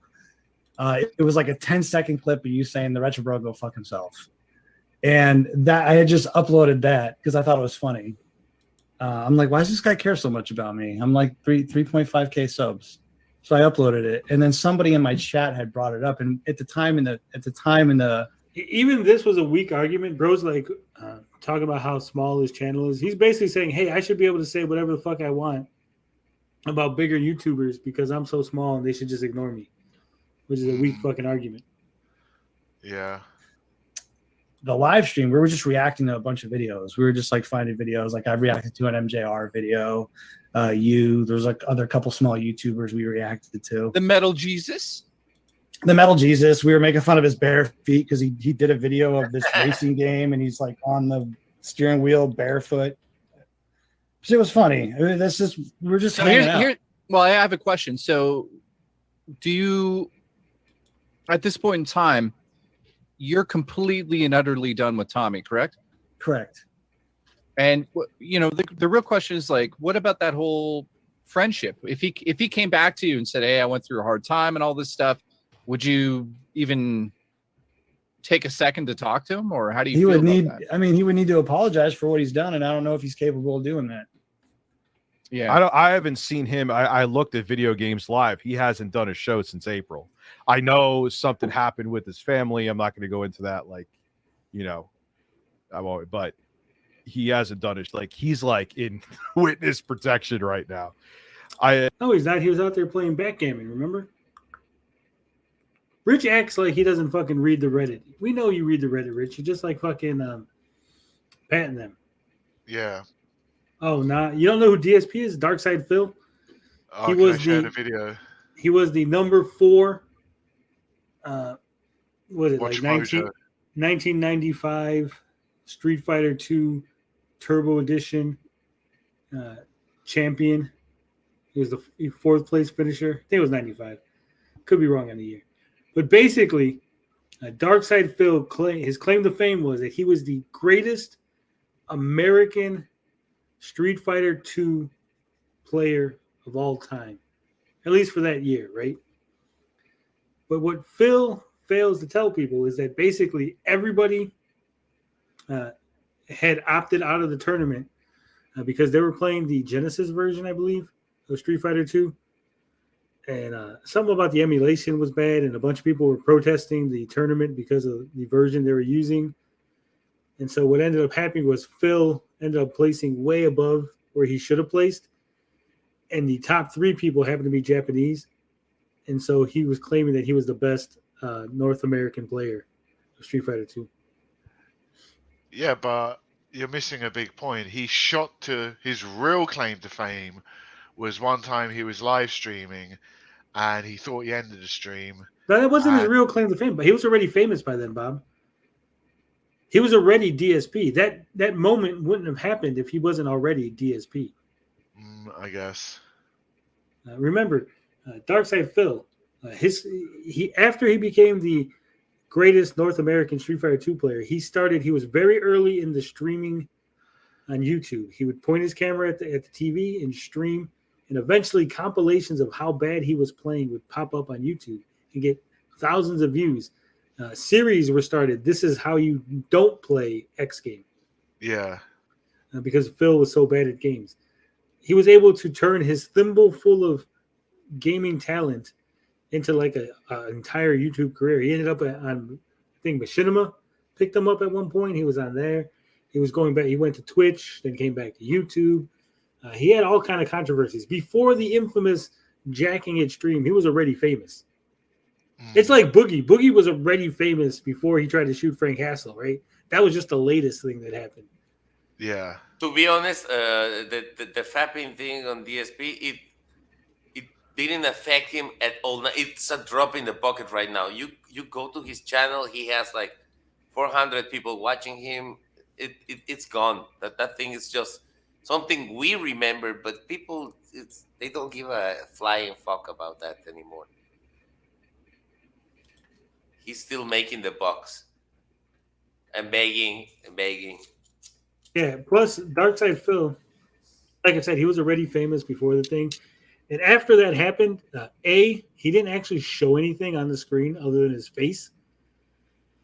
And like, I don't want to say, maybe not the next day, but maybe like a couple days later, he basically was like, haha, this is funny. I got caught jacking it on stream. And that was it. like once he owned it, everyone was like, well, if it's not annoying him, we're not going to bring it up anymore, right? Right.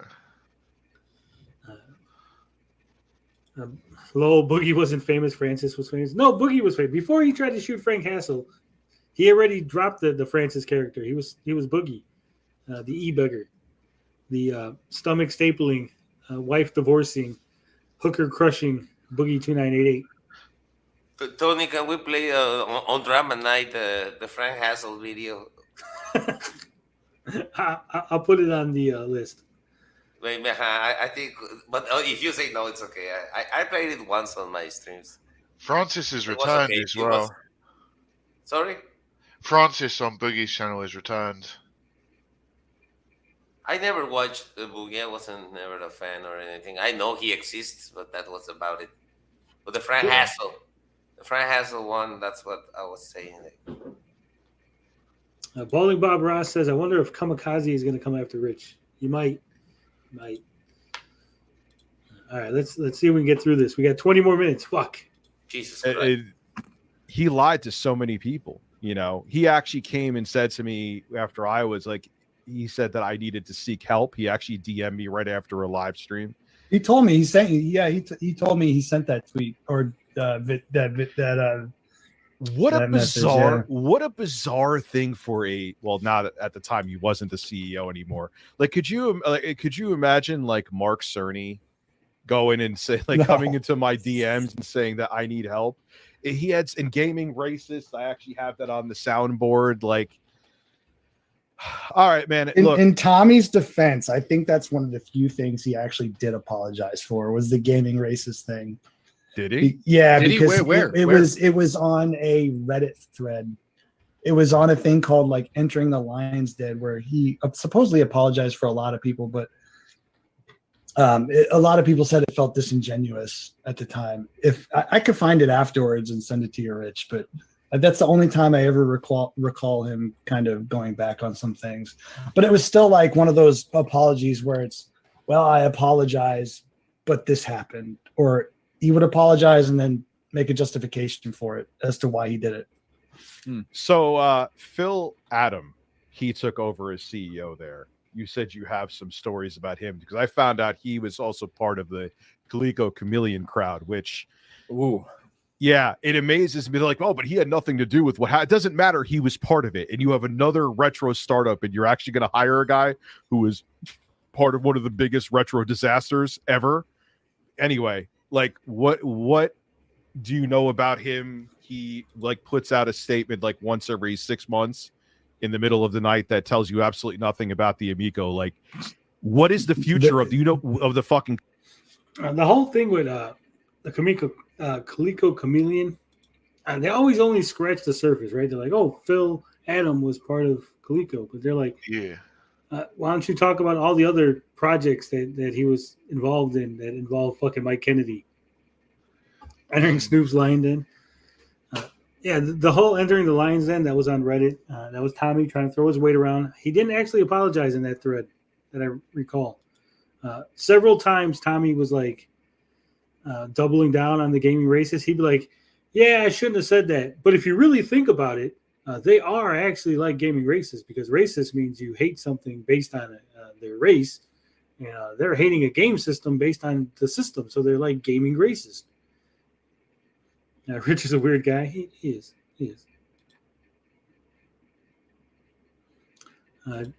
Dude had like over 500,000 in health work and still couldn't lose weight. Yeah, Boogie's a weird dude too. Weird dude. company now? Like, they're probably not coming out with the console. Not probably. They're definitely not coming out with the console. What are they doing? Do you know? I have no idea. The only thing I knew is they were supposed to be building these units by hand because they don't have any money left. So they were supposed to be building these units by hand, which, by the way, I don't think they did. There's theories that these are videos that were consoles that were pre-existing, and they just sent them out to YouTubers. Their idea was to send these out to YouTubers so they could get them to stream, pro Amico folks, get them to stream it so they could essentially rope another investor into money so they can go to manufacturing. So pathetic. So, and you know what? And the saddest thing is that I mean, look, it had a slim chance to begin with. I said that from day one when Tommy even first came to me, but it was. I'm so when I go back and hear myself saying that, oh yeah, they could probably do like 100,000. I'm like, man, I was so optimistic on this thing at the beginning, even though I thought it was stupid. I was still like, yeah, they could probably sucker like 100,000 people into getting it. Was his ego that completely destroyed it, and I hope in the end we'll end the interview here that I learned this lesson a long time ago. It's not that I'm a smart dude. I've been gaslit by people, and hopefully from this, John, you learn to do. Tommy didn't gaslight anybody. I hate that people misuse the term gaslighting. Yeah. Tommy wasn't trying to make them think that they were crazy. He wasn't like, hey, you're crazy. He just literally lied to them. Right? He just straight up lied. Yeah, gaslit is a very specific term, and it means very specific things, and it gets thrown around way too much. Isn't gaslight the term that don't people use to try to feel smart? I mean, am I fired from this stream? No, you're right. But gaslit is a term people use. Gaslighting someone is making someone feel that they're crazy or what they said isn't what they said, and putting words into their mouth and being like, it'd be like if I turned around to you, Evil, and said, oh, Evil, but you was pro Amico, weren't you? And you go, no, I was never pro Amico. I was like, no, you was pro Amico, you're just forgetting. Yeah, don't you remember all that pro Amico videos you made? That's why you took your channel down, Evil? Yeah, I mean, what? Yeah, that's gaslighting. You already fooled me. God damn it. I've been gaslighted. I hate that fucking term, and it just came from this lately. Yeah, everybody uses it now because whenever someone does something, oh, you gas? No, he lied. Lying to you is not the same as gaslighting. That's exactly this. Very different, specific terms. Yeah, it's trying to make someone. Even I hate it so much. I hate that term so much, but still, I understand that it's not lying. It's a totally different fucking animal. Yeah, it's like if your wife or girlfriend comes home, right, and sees you getting a BJ. Yeah. Lying would be like, no, I'm not getting a BJ. She's checking me for cancer. That would be lying. Gaslighting would be, no, remember you said that BJs are okay and it's okay. It's not cheating. That would be gaslighting. Yeah, that'd be if the woman never said that. Well, obviously, I don't know any woman. Well, there might be a few out there, but yeah, it's okay. If I go get BJs. BJs for Christmas. It's okay. I want a blowjob for Christmas. A blowjob for Christmas. A blowjob for Christmas. Okay, does he ever specify who he wants it from? Or he just doesn't care? Like Tommy Tellerico. From Tellerico. Oh, no. What did I say? Tommy trying to make them think they were racist. Literally racist. Gaming racist. Literally. We also learned that Pat was right all along about Rich. It's funny because I think they're all right about each other all along. You would double take no matter who it is, because there's a lot of people out there, and this is just a saying, but there's a lot of people out there looking for useful idiots and to look to trick them to just get what they want. And he basically used you guys as like a free PR team and just hid by, oh yeah, we're friends, don't worry. Well, it's funny. It's funny you mentioned that because I'd been doing YouTube for like 4 or 5 years before Tommy came around on my channel. And I was always kind of just the guy who just gave my opinion on shit and then left it be. And there was a few, do you remember the Dreamcade replay? Do you remember that? No. Okay. It was another failed console. It was essentially a mini PC with this custom built front end that would actually download the ROMs for you on its UI. So it was illegal as fuck. Okay. But I made like 2 videos like saying it was bullshit, it was crazy. Rich looks so interested in this, like, yeah, whatever, bro. Get to the point. And then I think that silver-haired dude, I can't remember his name, but he made a video hating on it. Who's a bigger YouTuber? I think he's around 100,000 subs now. And I got a lot of shit for it, and I'm like, whatever. And then the television came around. I was like, well, maybe I won't give this one so much shit because I got hate last time. Last time I gave something shit, but it is what it is. Again, this is 100% factually incorrect. Now, bro is gaslighting the fuck out of all of us, pretending like we don't remember the things that bro said when he hated on the Amico. You did not give the Amico a chance based on your previous interactions with some other company, because you shit on the Amico and we're like, this thing is terrible. It's never going to work. It's fucking awful. Then Tommy Tellerico tickled the Farkle, Astro smashed the cornhole, and you're like, hey, this thing's fucking awesome. I want it.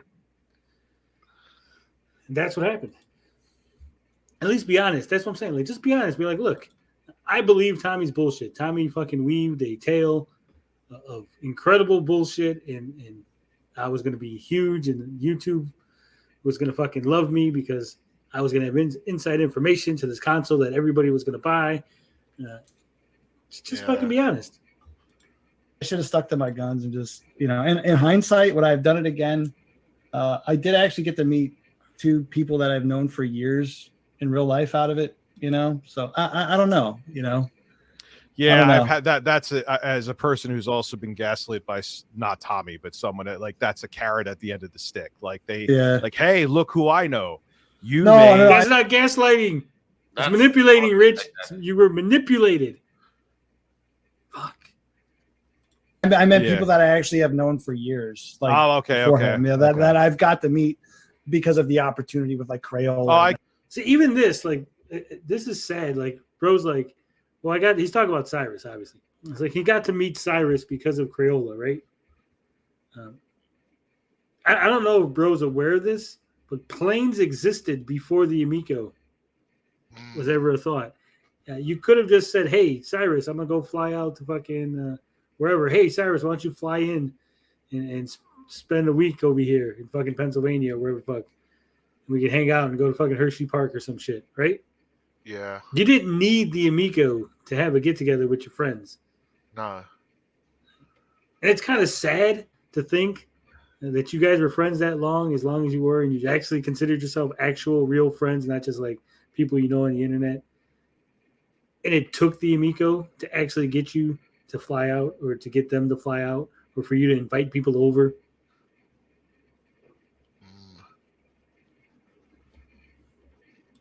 I get what you're saying. You've made some genuine friends, is what you're meaning. Correct, and that doesn't excuse everything that's been done as far as like what Intellivision did with lying to investors and all of that. So, but I guess that's the silver lining, you should say. And I did want to address something, Rich. The whole sponsor thing. You had mentioned that earlier because that was one of the things I mentioned. That was not my intention. I went back and listened to that, and that was a bad look. I do apologize for that. And hey, look, Ninja Kitty Retro says it's the Amicos that RetroBro met along the way. Ha. How so? His name, he couldn't help it. Ninja Kitty Retro, or maybe he had this account for a long time. I don't know. Yeah, I think he did, because I think his Twitter handle used to be Ninja Kitty Retro. Now I think it's Ninja Kitty Life. I remember. Wild Kitty appears. And now Kitty is back. Yeah, he was lurking like always. I love you. Fuck you. Sorry. My audience would never contact the sponsor. Like, I'm gonna say that's bullshit. There are several people in Bro's audience who probably would contact sponsors, because Bro has courted many people who are kind of trollish, to say the least. If I remember correctly, he was getting some of the your Volpes and your Blitzkriegs and your just fucking weirdos. He opened it up and allowed everybody in, remember? Yeah. Wasn't it? Didn't he say something along as, I don't care what you've done on other people's channel as long as you don't do it here? Yeah. No, me and Retro Complex got married, so I took his name. Oh, that's why. Ninja Kitty Retro Complex? Gotcha. My audience is so small, and they would know. Like I would definitely Size of your audience doesn't matter either. All it takes is the right person to contact the right person to get someone to get their sponsorship pulled. Yeah. Yeah, I do not you actually reminded me. I forgot that you did that part too because I'm a pothead. But yeah, well, no, I wanted to because that was a bad look by me, Rich, and I do apologize for that. Yeah, and like I said too, like if it was an apology video where it was something serious, I wouldn't have put a sponsor in there. That it was just me saying I fucked up with interviews and I'll do better next time. So. All right, John, thank you for coming on. Hopefully from this whole situation, you learned a lesson you know. Whoa, why you got him at this fucking point? You were, what were the, did I hear any hard questions? No, the bullshit is just coming up, guys. What we're about to feast your eyes, your ears about what we're gonna fucking witness, okay? After the review. Which is the most idiotic thing I have ever done. I have ever seen, sorry. You learned a lesson, laughed my ass off. Yeah. See, I saw up to this bit. I didn't watch much further. Captain Sparkle says it's not the size of the audience, it's how you use it. Tommy O reminds us it's the motion in the ocean. It's not true. That's not true. If the ladies tell you it's not about the size, they're lying to you. They're trying to make you feel good.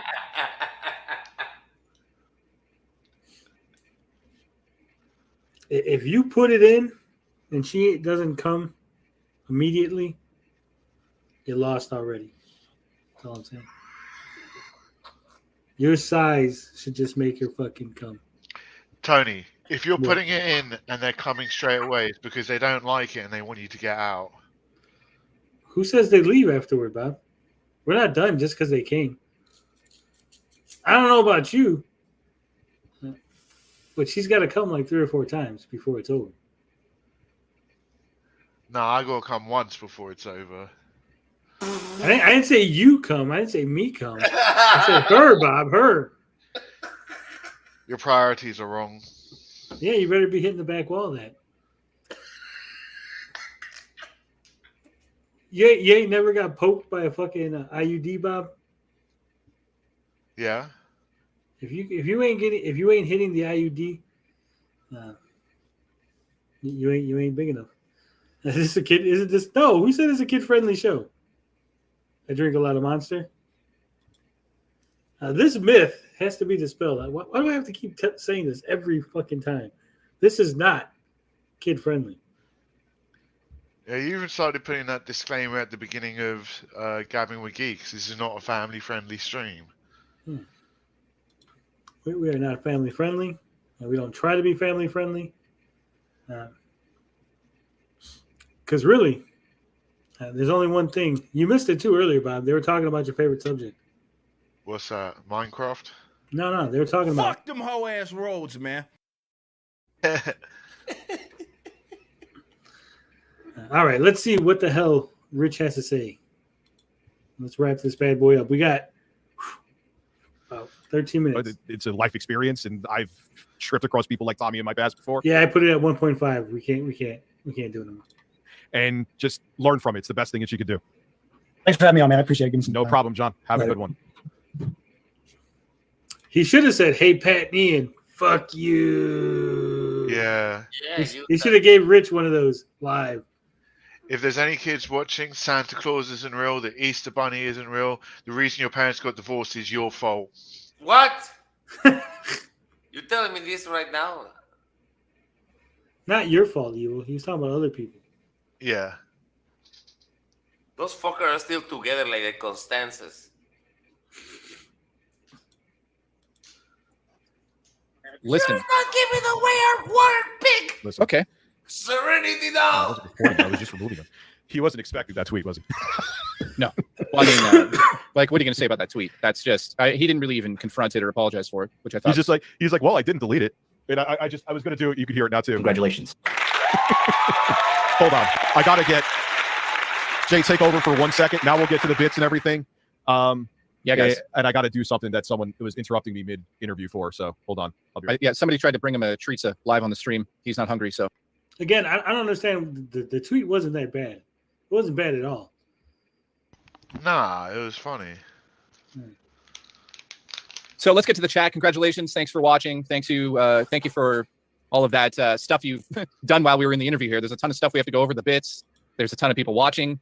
Hope you enjoyed that interview. We, you know, it is what it is. When people are confronted with things they've said online, either they can step up and apologize or they can just push it under the rug. And unfortunately, he's kind of pushed that under the rug there. He didn't really make any statement on that point. So, I mean, that's not going to gain him any points in the community. But, you know, he did admit that he went down that road with the Amico, and give him a little credit for that. Other than that, I mean, that tweet that he sent out, I think is just terrible. So that's how I feel about that. How's everyone doing in the chat? Rich is a terrible interviewer. I agree. 56K warning. He didn't seem prepared. He didn't seem to know anything really.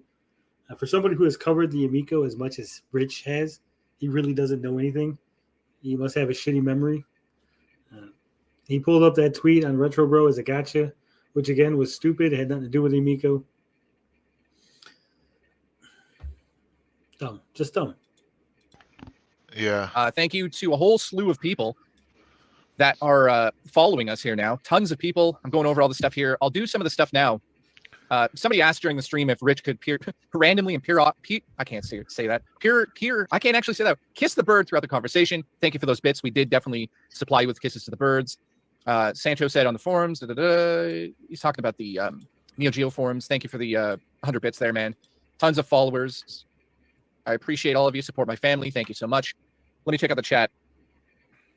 Sorry, guys. Let's also keep in mind, guys, if you're watching, no violence towards anybody that we ever bring on the show. No negative comments. Not at I just want to put that out there, guys, that we don't do these interviews to put people in corners or to send hate to them. So I want to make it clear that we're not sending hate to them. Has nothing to do with us, and we're telling our fans and viewers to definitely not do that. Thank you. Yeah, and we're not just saying that as like a public service announcement to cover our ass. Like I don't want people to. Rich is terrible at everything. Why the fuck do kids? He should have said this at the beginning. Why didn't he say, okay, now people left, they watched the best part, and now they say, don't attack this guy. They already are attacking. Yeah, but I'm also a bit like of the mindset, why even bring it up? Because by saying that, they're putting the idea into people's heads a little bit. Yeah, I think it's a damned if you do, damned if you don't situation. Yeah.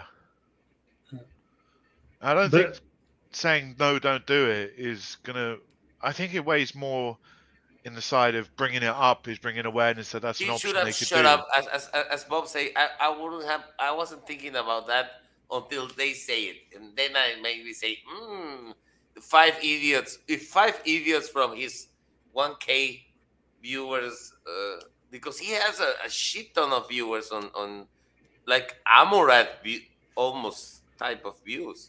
Not as much, I'm kidding, but like he had like 500 people watching at the same time on Twitch.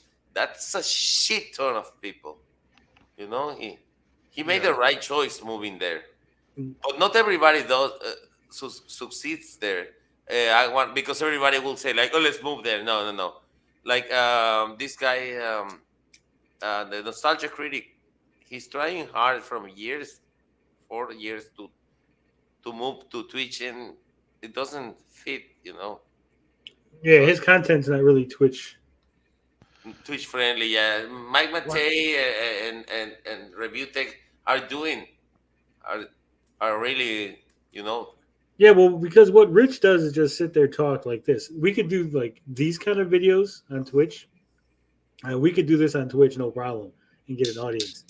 Now, the other videos that are just actual videos, I couldn't put that content on Twitch. No one's going to watch that shit. Yeah. As far as rallying the troops or not rallying the troops, I think context matters, right? If you are demonizing a person that you're talking about, like if I'm like, oh my God, fucking Amaranth is horrible. She's a terrible human being.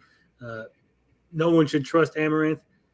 Then yeah, obviously my audience is going to be like, hey, she's terrible. I should do something about this person because she's horrible, right? But if I'm just like, here are the facts, right? And offering no judgment on her personality or her being, just be like, hey, she did this and here's what happened and here's the results and I don't agree with that or I wouldn't have done X or Y or Z. Your audience is going to know, hey, you're not into attacking people. You're not cool with that, right? They're just going to pick up on the way you talk about people and the way you handle different situations. Obviously, Rich goes in so hard at people that he has to tell his audience, hey, don't fucking, I went in on them. I don't want you to go in on them because that makes me look bad by association. Yeah. You're goddamn right. When you hit play, slow it down so we can hear how we put. No. We're not doing that. Not today. Not today, Scott. How about no? How about no, Scott? Thank you, Evil. I was just going to ask you to give him a how about no. Feel like they're going to be attacked for coming on here. But was I going to ask him, was I going to blindside him with that tweet? Absolutely, because he did a bunch of shit like that during his Amico fucking brown nosing era. So there you go. He said he did a bunch of shit like that during his Amico brown nosing era. So then why didn't you get any tweets that were relevant to the fucking Amico? Right? This he pulled out one tweet that had nothing to do with the fucking Amico. It's probably not really hard. He's probably just go to fucking Twitter, go to the search bar, put Amico, open parentheses, from, colon, the underscore RetroBro, close parentheses, hit the fucking enter button, and all the fucking tweets where he has the word Amico in it from the RetroBro will come up, and you'll find one or two of them where he's attacking critics. Just that simple. That's how easy Twitter is to find shit. But he went and found something that had nothing to do with fucking Amico at all. And also I'm pretty sure was post RetroBro shilling for Amico. Yeah. I mean, there's a few things I wanted to bring up, but we didn't really get to it. But I know that I know from a good source, and I'll say allegedly, that he supports people that have doxed Rich. And he also is known to do a lot of shit talking and basically. Hey, it's the Mr. Beefy. Yeah, he attacked people for having opinions. That he did, Beefy Bites. That he did. As far as supporting people that have harassed and doxed Rich, again, I think that junk media.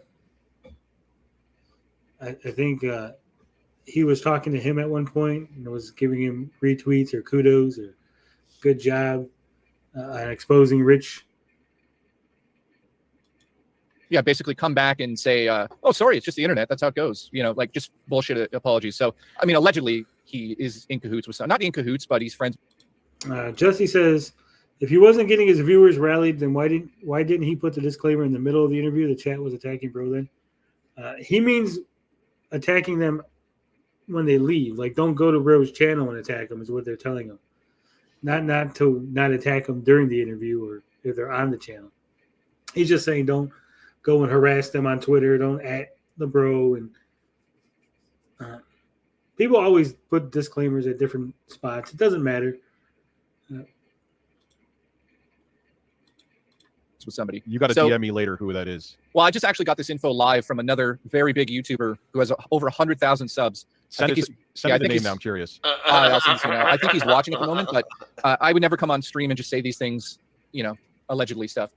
Allegedly. So this is all allegedly, but the person saying this is somebody who's my friend. He would not tell me this unless it was 100% true. So, I mean, if that's the case and that comes through and we can find proof on that, then wow. Well, then, wow, this is going to be very interesting. But we'll look into that. We'll get back to that on another time. 8-Bit Eric doesn't have 100,000. No, it's not Tipster. 8-Bit Eric does not have 100K, so it's not 8-Bit Eric. A lot of people have 100K subs, so it could be anybody. No, but no, it can't be anybody. It's not going to be fucking Mary's needlepoint. Well, no, it's got to be someone. But Eric is close to 100. It's like what? He's only got 89,000. That's not close. How many? 89,000.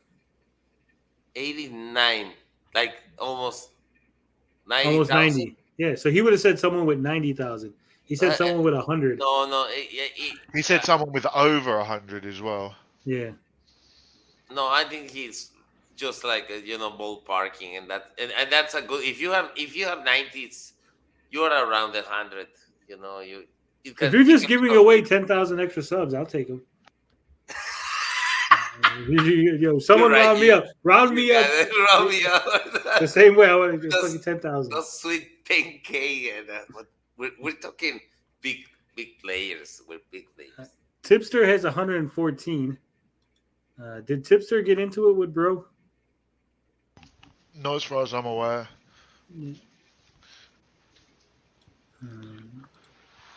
Who could have gotten it into it with Bro that they would have? It's got to be someone Jay knows as well. Well, Jay knows a lot of people. Jay used to be somebody before he became the editor. Right. I'm trying to think. Who has? It's not Metal Jesus, obviously. Not Hancock. Riggs. How many does Riggs got?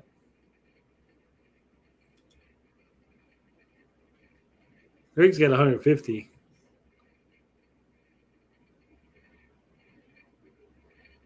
Dead air.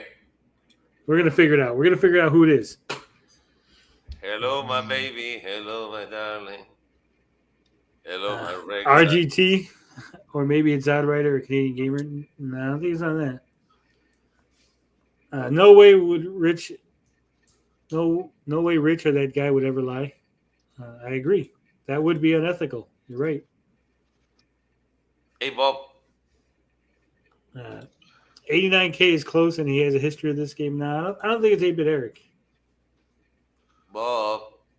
I don't know, man. I'm racking my brain. Freight Train says it might just be me, Tony, but this could be your most boring live stream ever. Freight Train, I think, is Red Bull, so let's keep an eye on him, okay? Just. Freight Train, this is not boring. People are loving this. He basically admitted that he thought that this was going to get him. He was like, I hope it was on the right side of this and people would have been following me. Yeah, I mean, he kind of admitted it. No, he did. He straight up admitted. He was hoping that, like, working with Tommy, and if the Amico took off, which really, like, even if it was like modestly successful, you're not going to get a fucking YouTube career out of it. I don't understand why people think like making a channel dedicated to one product, like even the Steam Deck, which is successful, like bad idea. Don't do that. Don't ever dedicate your product to one game. The chances of you getting like on a Minecraft wave where you'll make millions of dollars and you'll never have to work again is slim to none. Don't jump on. Don't jump on a wave. No, you're wrong, Rich.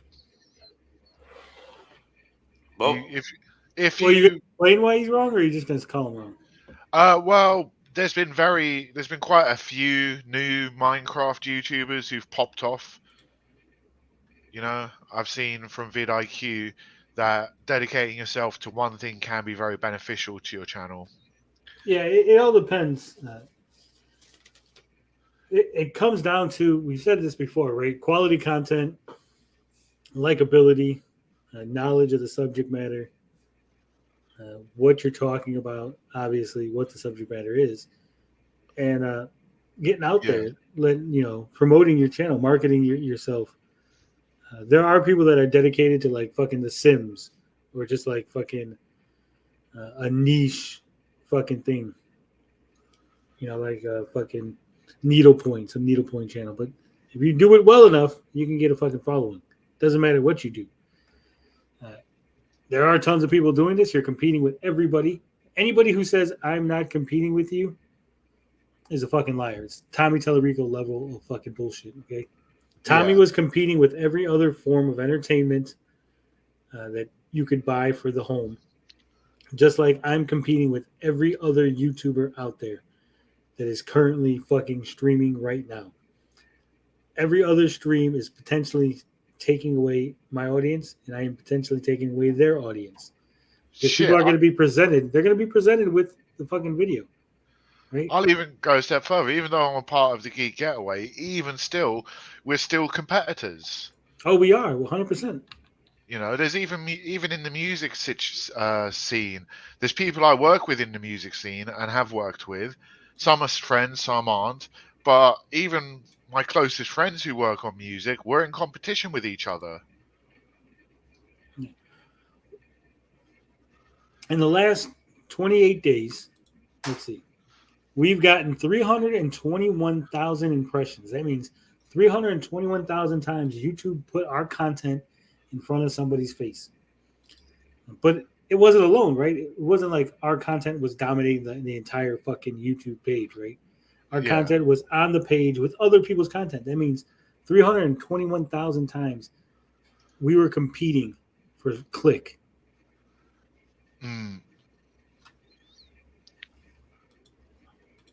It just make a channel where it's stuff you want to make, and if people want to watch it, they're going to watch it. Okay.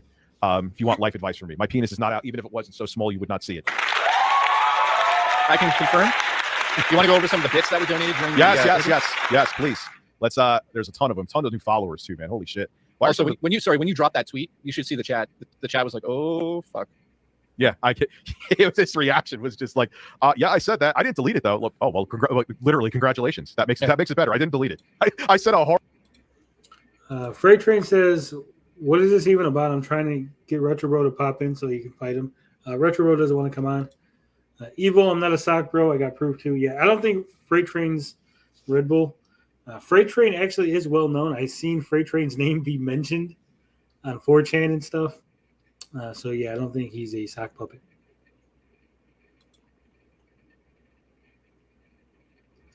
No. He's not Dean either. Freight Train is an Australian. He's well known in the comic book scene, sci-fi. Horrible racist thing, but at least I didn't delete it.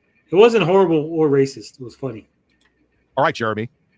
Yeah, I was waiting for you to drop it. I'm like, when's this happening? Because this is. I didn't even want to give you a hint because I just wanted it to be like left field. Well, no, it's. I mean, it's an unbelievable tweet, and I think he speaks for himself there. He just basically said, "Yeah, I'm racist." I'm not even saying allegedly. He literally just said a racist thing. He didn't apologize to us. It's not a racist thing. Well, saying that Tyrone is banging your old lady is not racist. No, it's not. Distasteful, yes. Inappropriate, probably. Not racist. I should know. I've said some racist things. Allegedly. Same. Oh, I definitely just said, "Oh, I left it up." So what is he saying? I left it up because I'm racist? Okay. Yeah. I guess he's racist. So I take that as you want. I'm not saying he is, but he's saying what he said. And it's just amazing. Like I'm easy to manipulate. He admitted too, because Tommy basically sent him out as like his guard dog. Yeah, I mean, it's so sad. Like, dude, you're a grown ass. Like, you really want to be in the good grade. Like people really bought into the whole thing. Oh my god, he has a Ferrari. He has who gives a fuck? He's a snake oil salesman. Anyway, back to the bits and shit here. Some of them are grayed out. Not sure why. Sancho for 100 bits. Retro, my bro. Cheer, your grandpa Jay. Rest in peace to your grandpa Jay. Thank you, man. Luxurious men and tremendous breasts. Thank you, Psychopath. Thank you, Abby. Thank you, Sancho. Psychopath. Cheer, kiss a bird randomly and periodically throughout this conversation. I actually did. I caught that out of my the side of my eye. Yeah. Sancho, I meant to answer this before. You had a very good point. Keep it going. On the Neo Geo forums, there are people. Oh, Justy Views is there again. You think it's over, but it's not over. They're still gonna talk about it. Only the last 20 seconds are about. They're gonna come back to bro in about like 10 seconds. Yeah, I just wanted to go over this where he says, Justy View says, so the commentary after he lives, wow, sounds tough.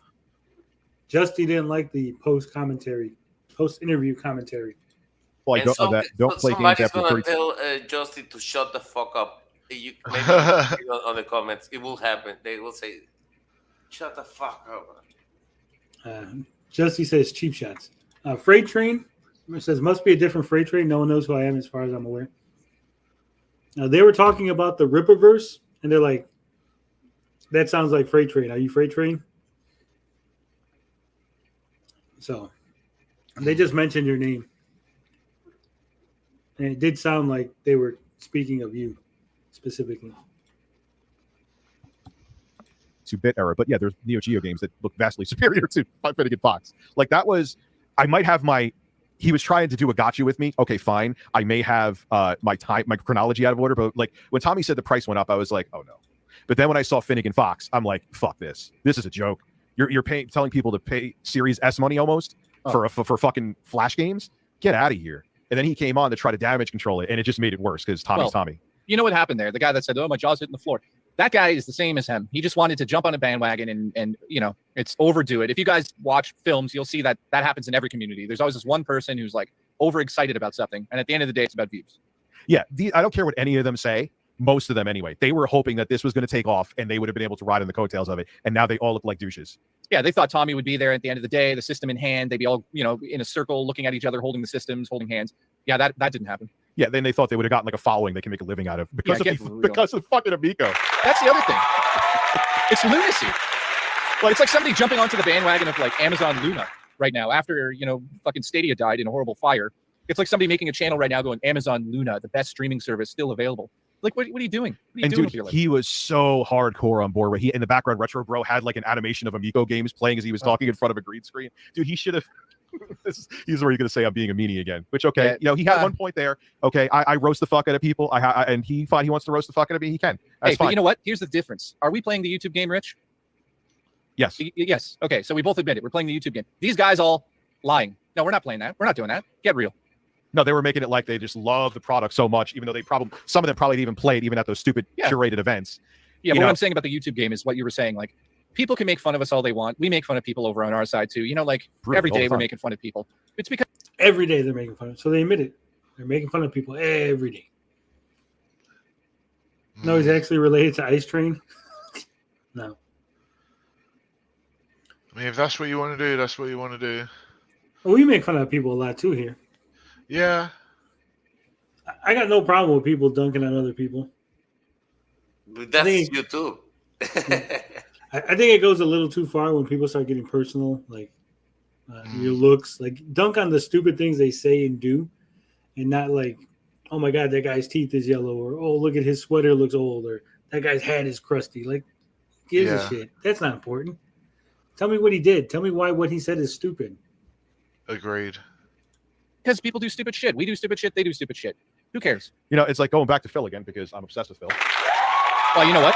But there was I don't think you guys know this, but obviously I edited for the show. It's been a long time. There was like last month, I think I was about to tell Rich, I'm like, dude, we got to kill the Phil stuff because I thought he's going through the roof. Now I'm on the stream with him and I'm like, more Phil because he just gives us free real estate constantly. Why do you think that It's a Gundam made he hired Martin Scorsese to make a multi-part epic about him, dude? Well, now I get it. Now I get it because before I was on streams with you, I'd watch and be like, oh God, here we go with Phil. Now I'm like, what has Phil done today? This is amazing. Should we watch a DSP tries it, guys? Tell me in the chat. I think we should go there now. We need something to cheer up our day. Well, didn't he make an update video about his car, guys? Can somebody confirm he's got a new video complaining about his broken car? Didn't he, or something? Yeah, we could put that up. We'll do the car video, then we'll do DSP tries it, where he used to just eat fast food and just not even tell you what it tastes like. It's like this bread tastes like bread. I'm just waiting for a YouTuber to come along and just copy Phil. If Phil does something, you just do it. That would be incredible. All right, so DSP. Let me look. I'm sure Snort Burnell or Call of Duty are on this. Also, I think I just had a stroke. You remember when we were young? There's that brand of pop called Crush, and there's like orange, lime. Yes. So, dude, am I losing my mind, guys, or was there a fucking bubblegum flavor of that at some point? I'm losing it, right? Or am I thinking of? Am I thinking of Lifesavers had a bubblegum flavor? Let me know in the chat if I'm losing my mind while he gets that video up. Here, I got it. Hold on. We get the right screen here. Here we go, guys.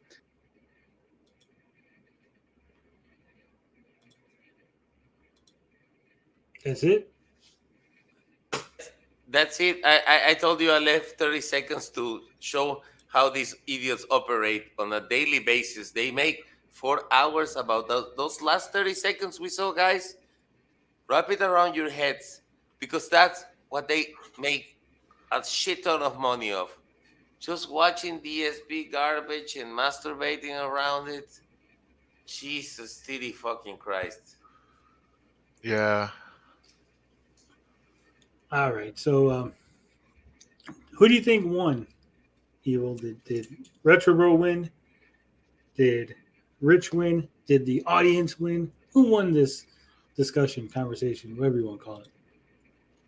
The conversation, I don't know, but fucking RTU was bragging that he got a shit ton of subscribers that night. So I think the winner was RTU's pocket. Yeah, I don't know, man. I think personally, I think RetroBro didn't do too bad a job. I think he did good. I think it takes a lot of balls to do what he did. I got respect for him for going through with it. What did he do? Well, call into his show? Yeah, he called into Rich's show, and he knew it was going to be an audience already predisposed to not like him. He knew Rich was going to give him some shit. So, I've been on streams where I knew people were going to give me shit, where I knew the audience wasn't going to like me. Yeah. It doesn't take balls.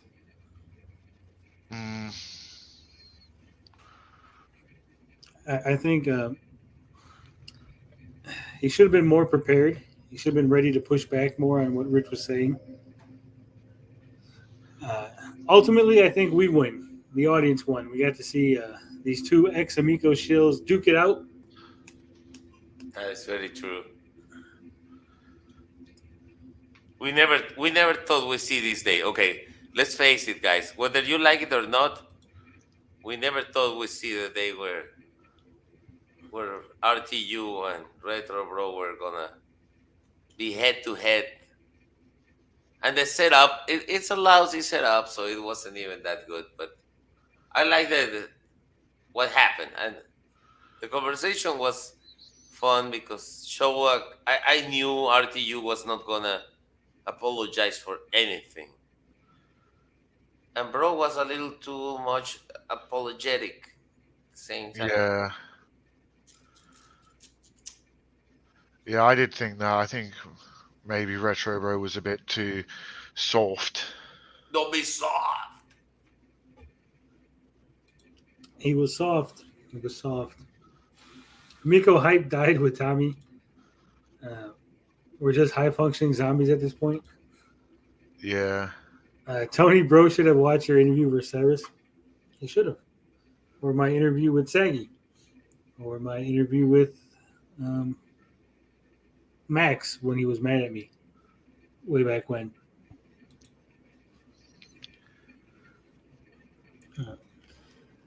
Well, thank you all for watching. 3 hours and 45 minutes. Wow, how did we get so much content?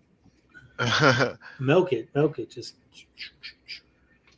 I think we take too many tangents. We drive off road. We get confused. We get lost. We go places where no one else has ever gone. But I love it. I wouldn't change anything. Thank you guys. Thank you. Before we go, I just want to say I'm going to do a stream in about 40 minutes. I'm going to play some Destiny 2 if anyone wants to join me. 40 minutes. 40 minutes.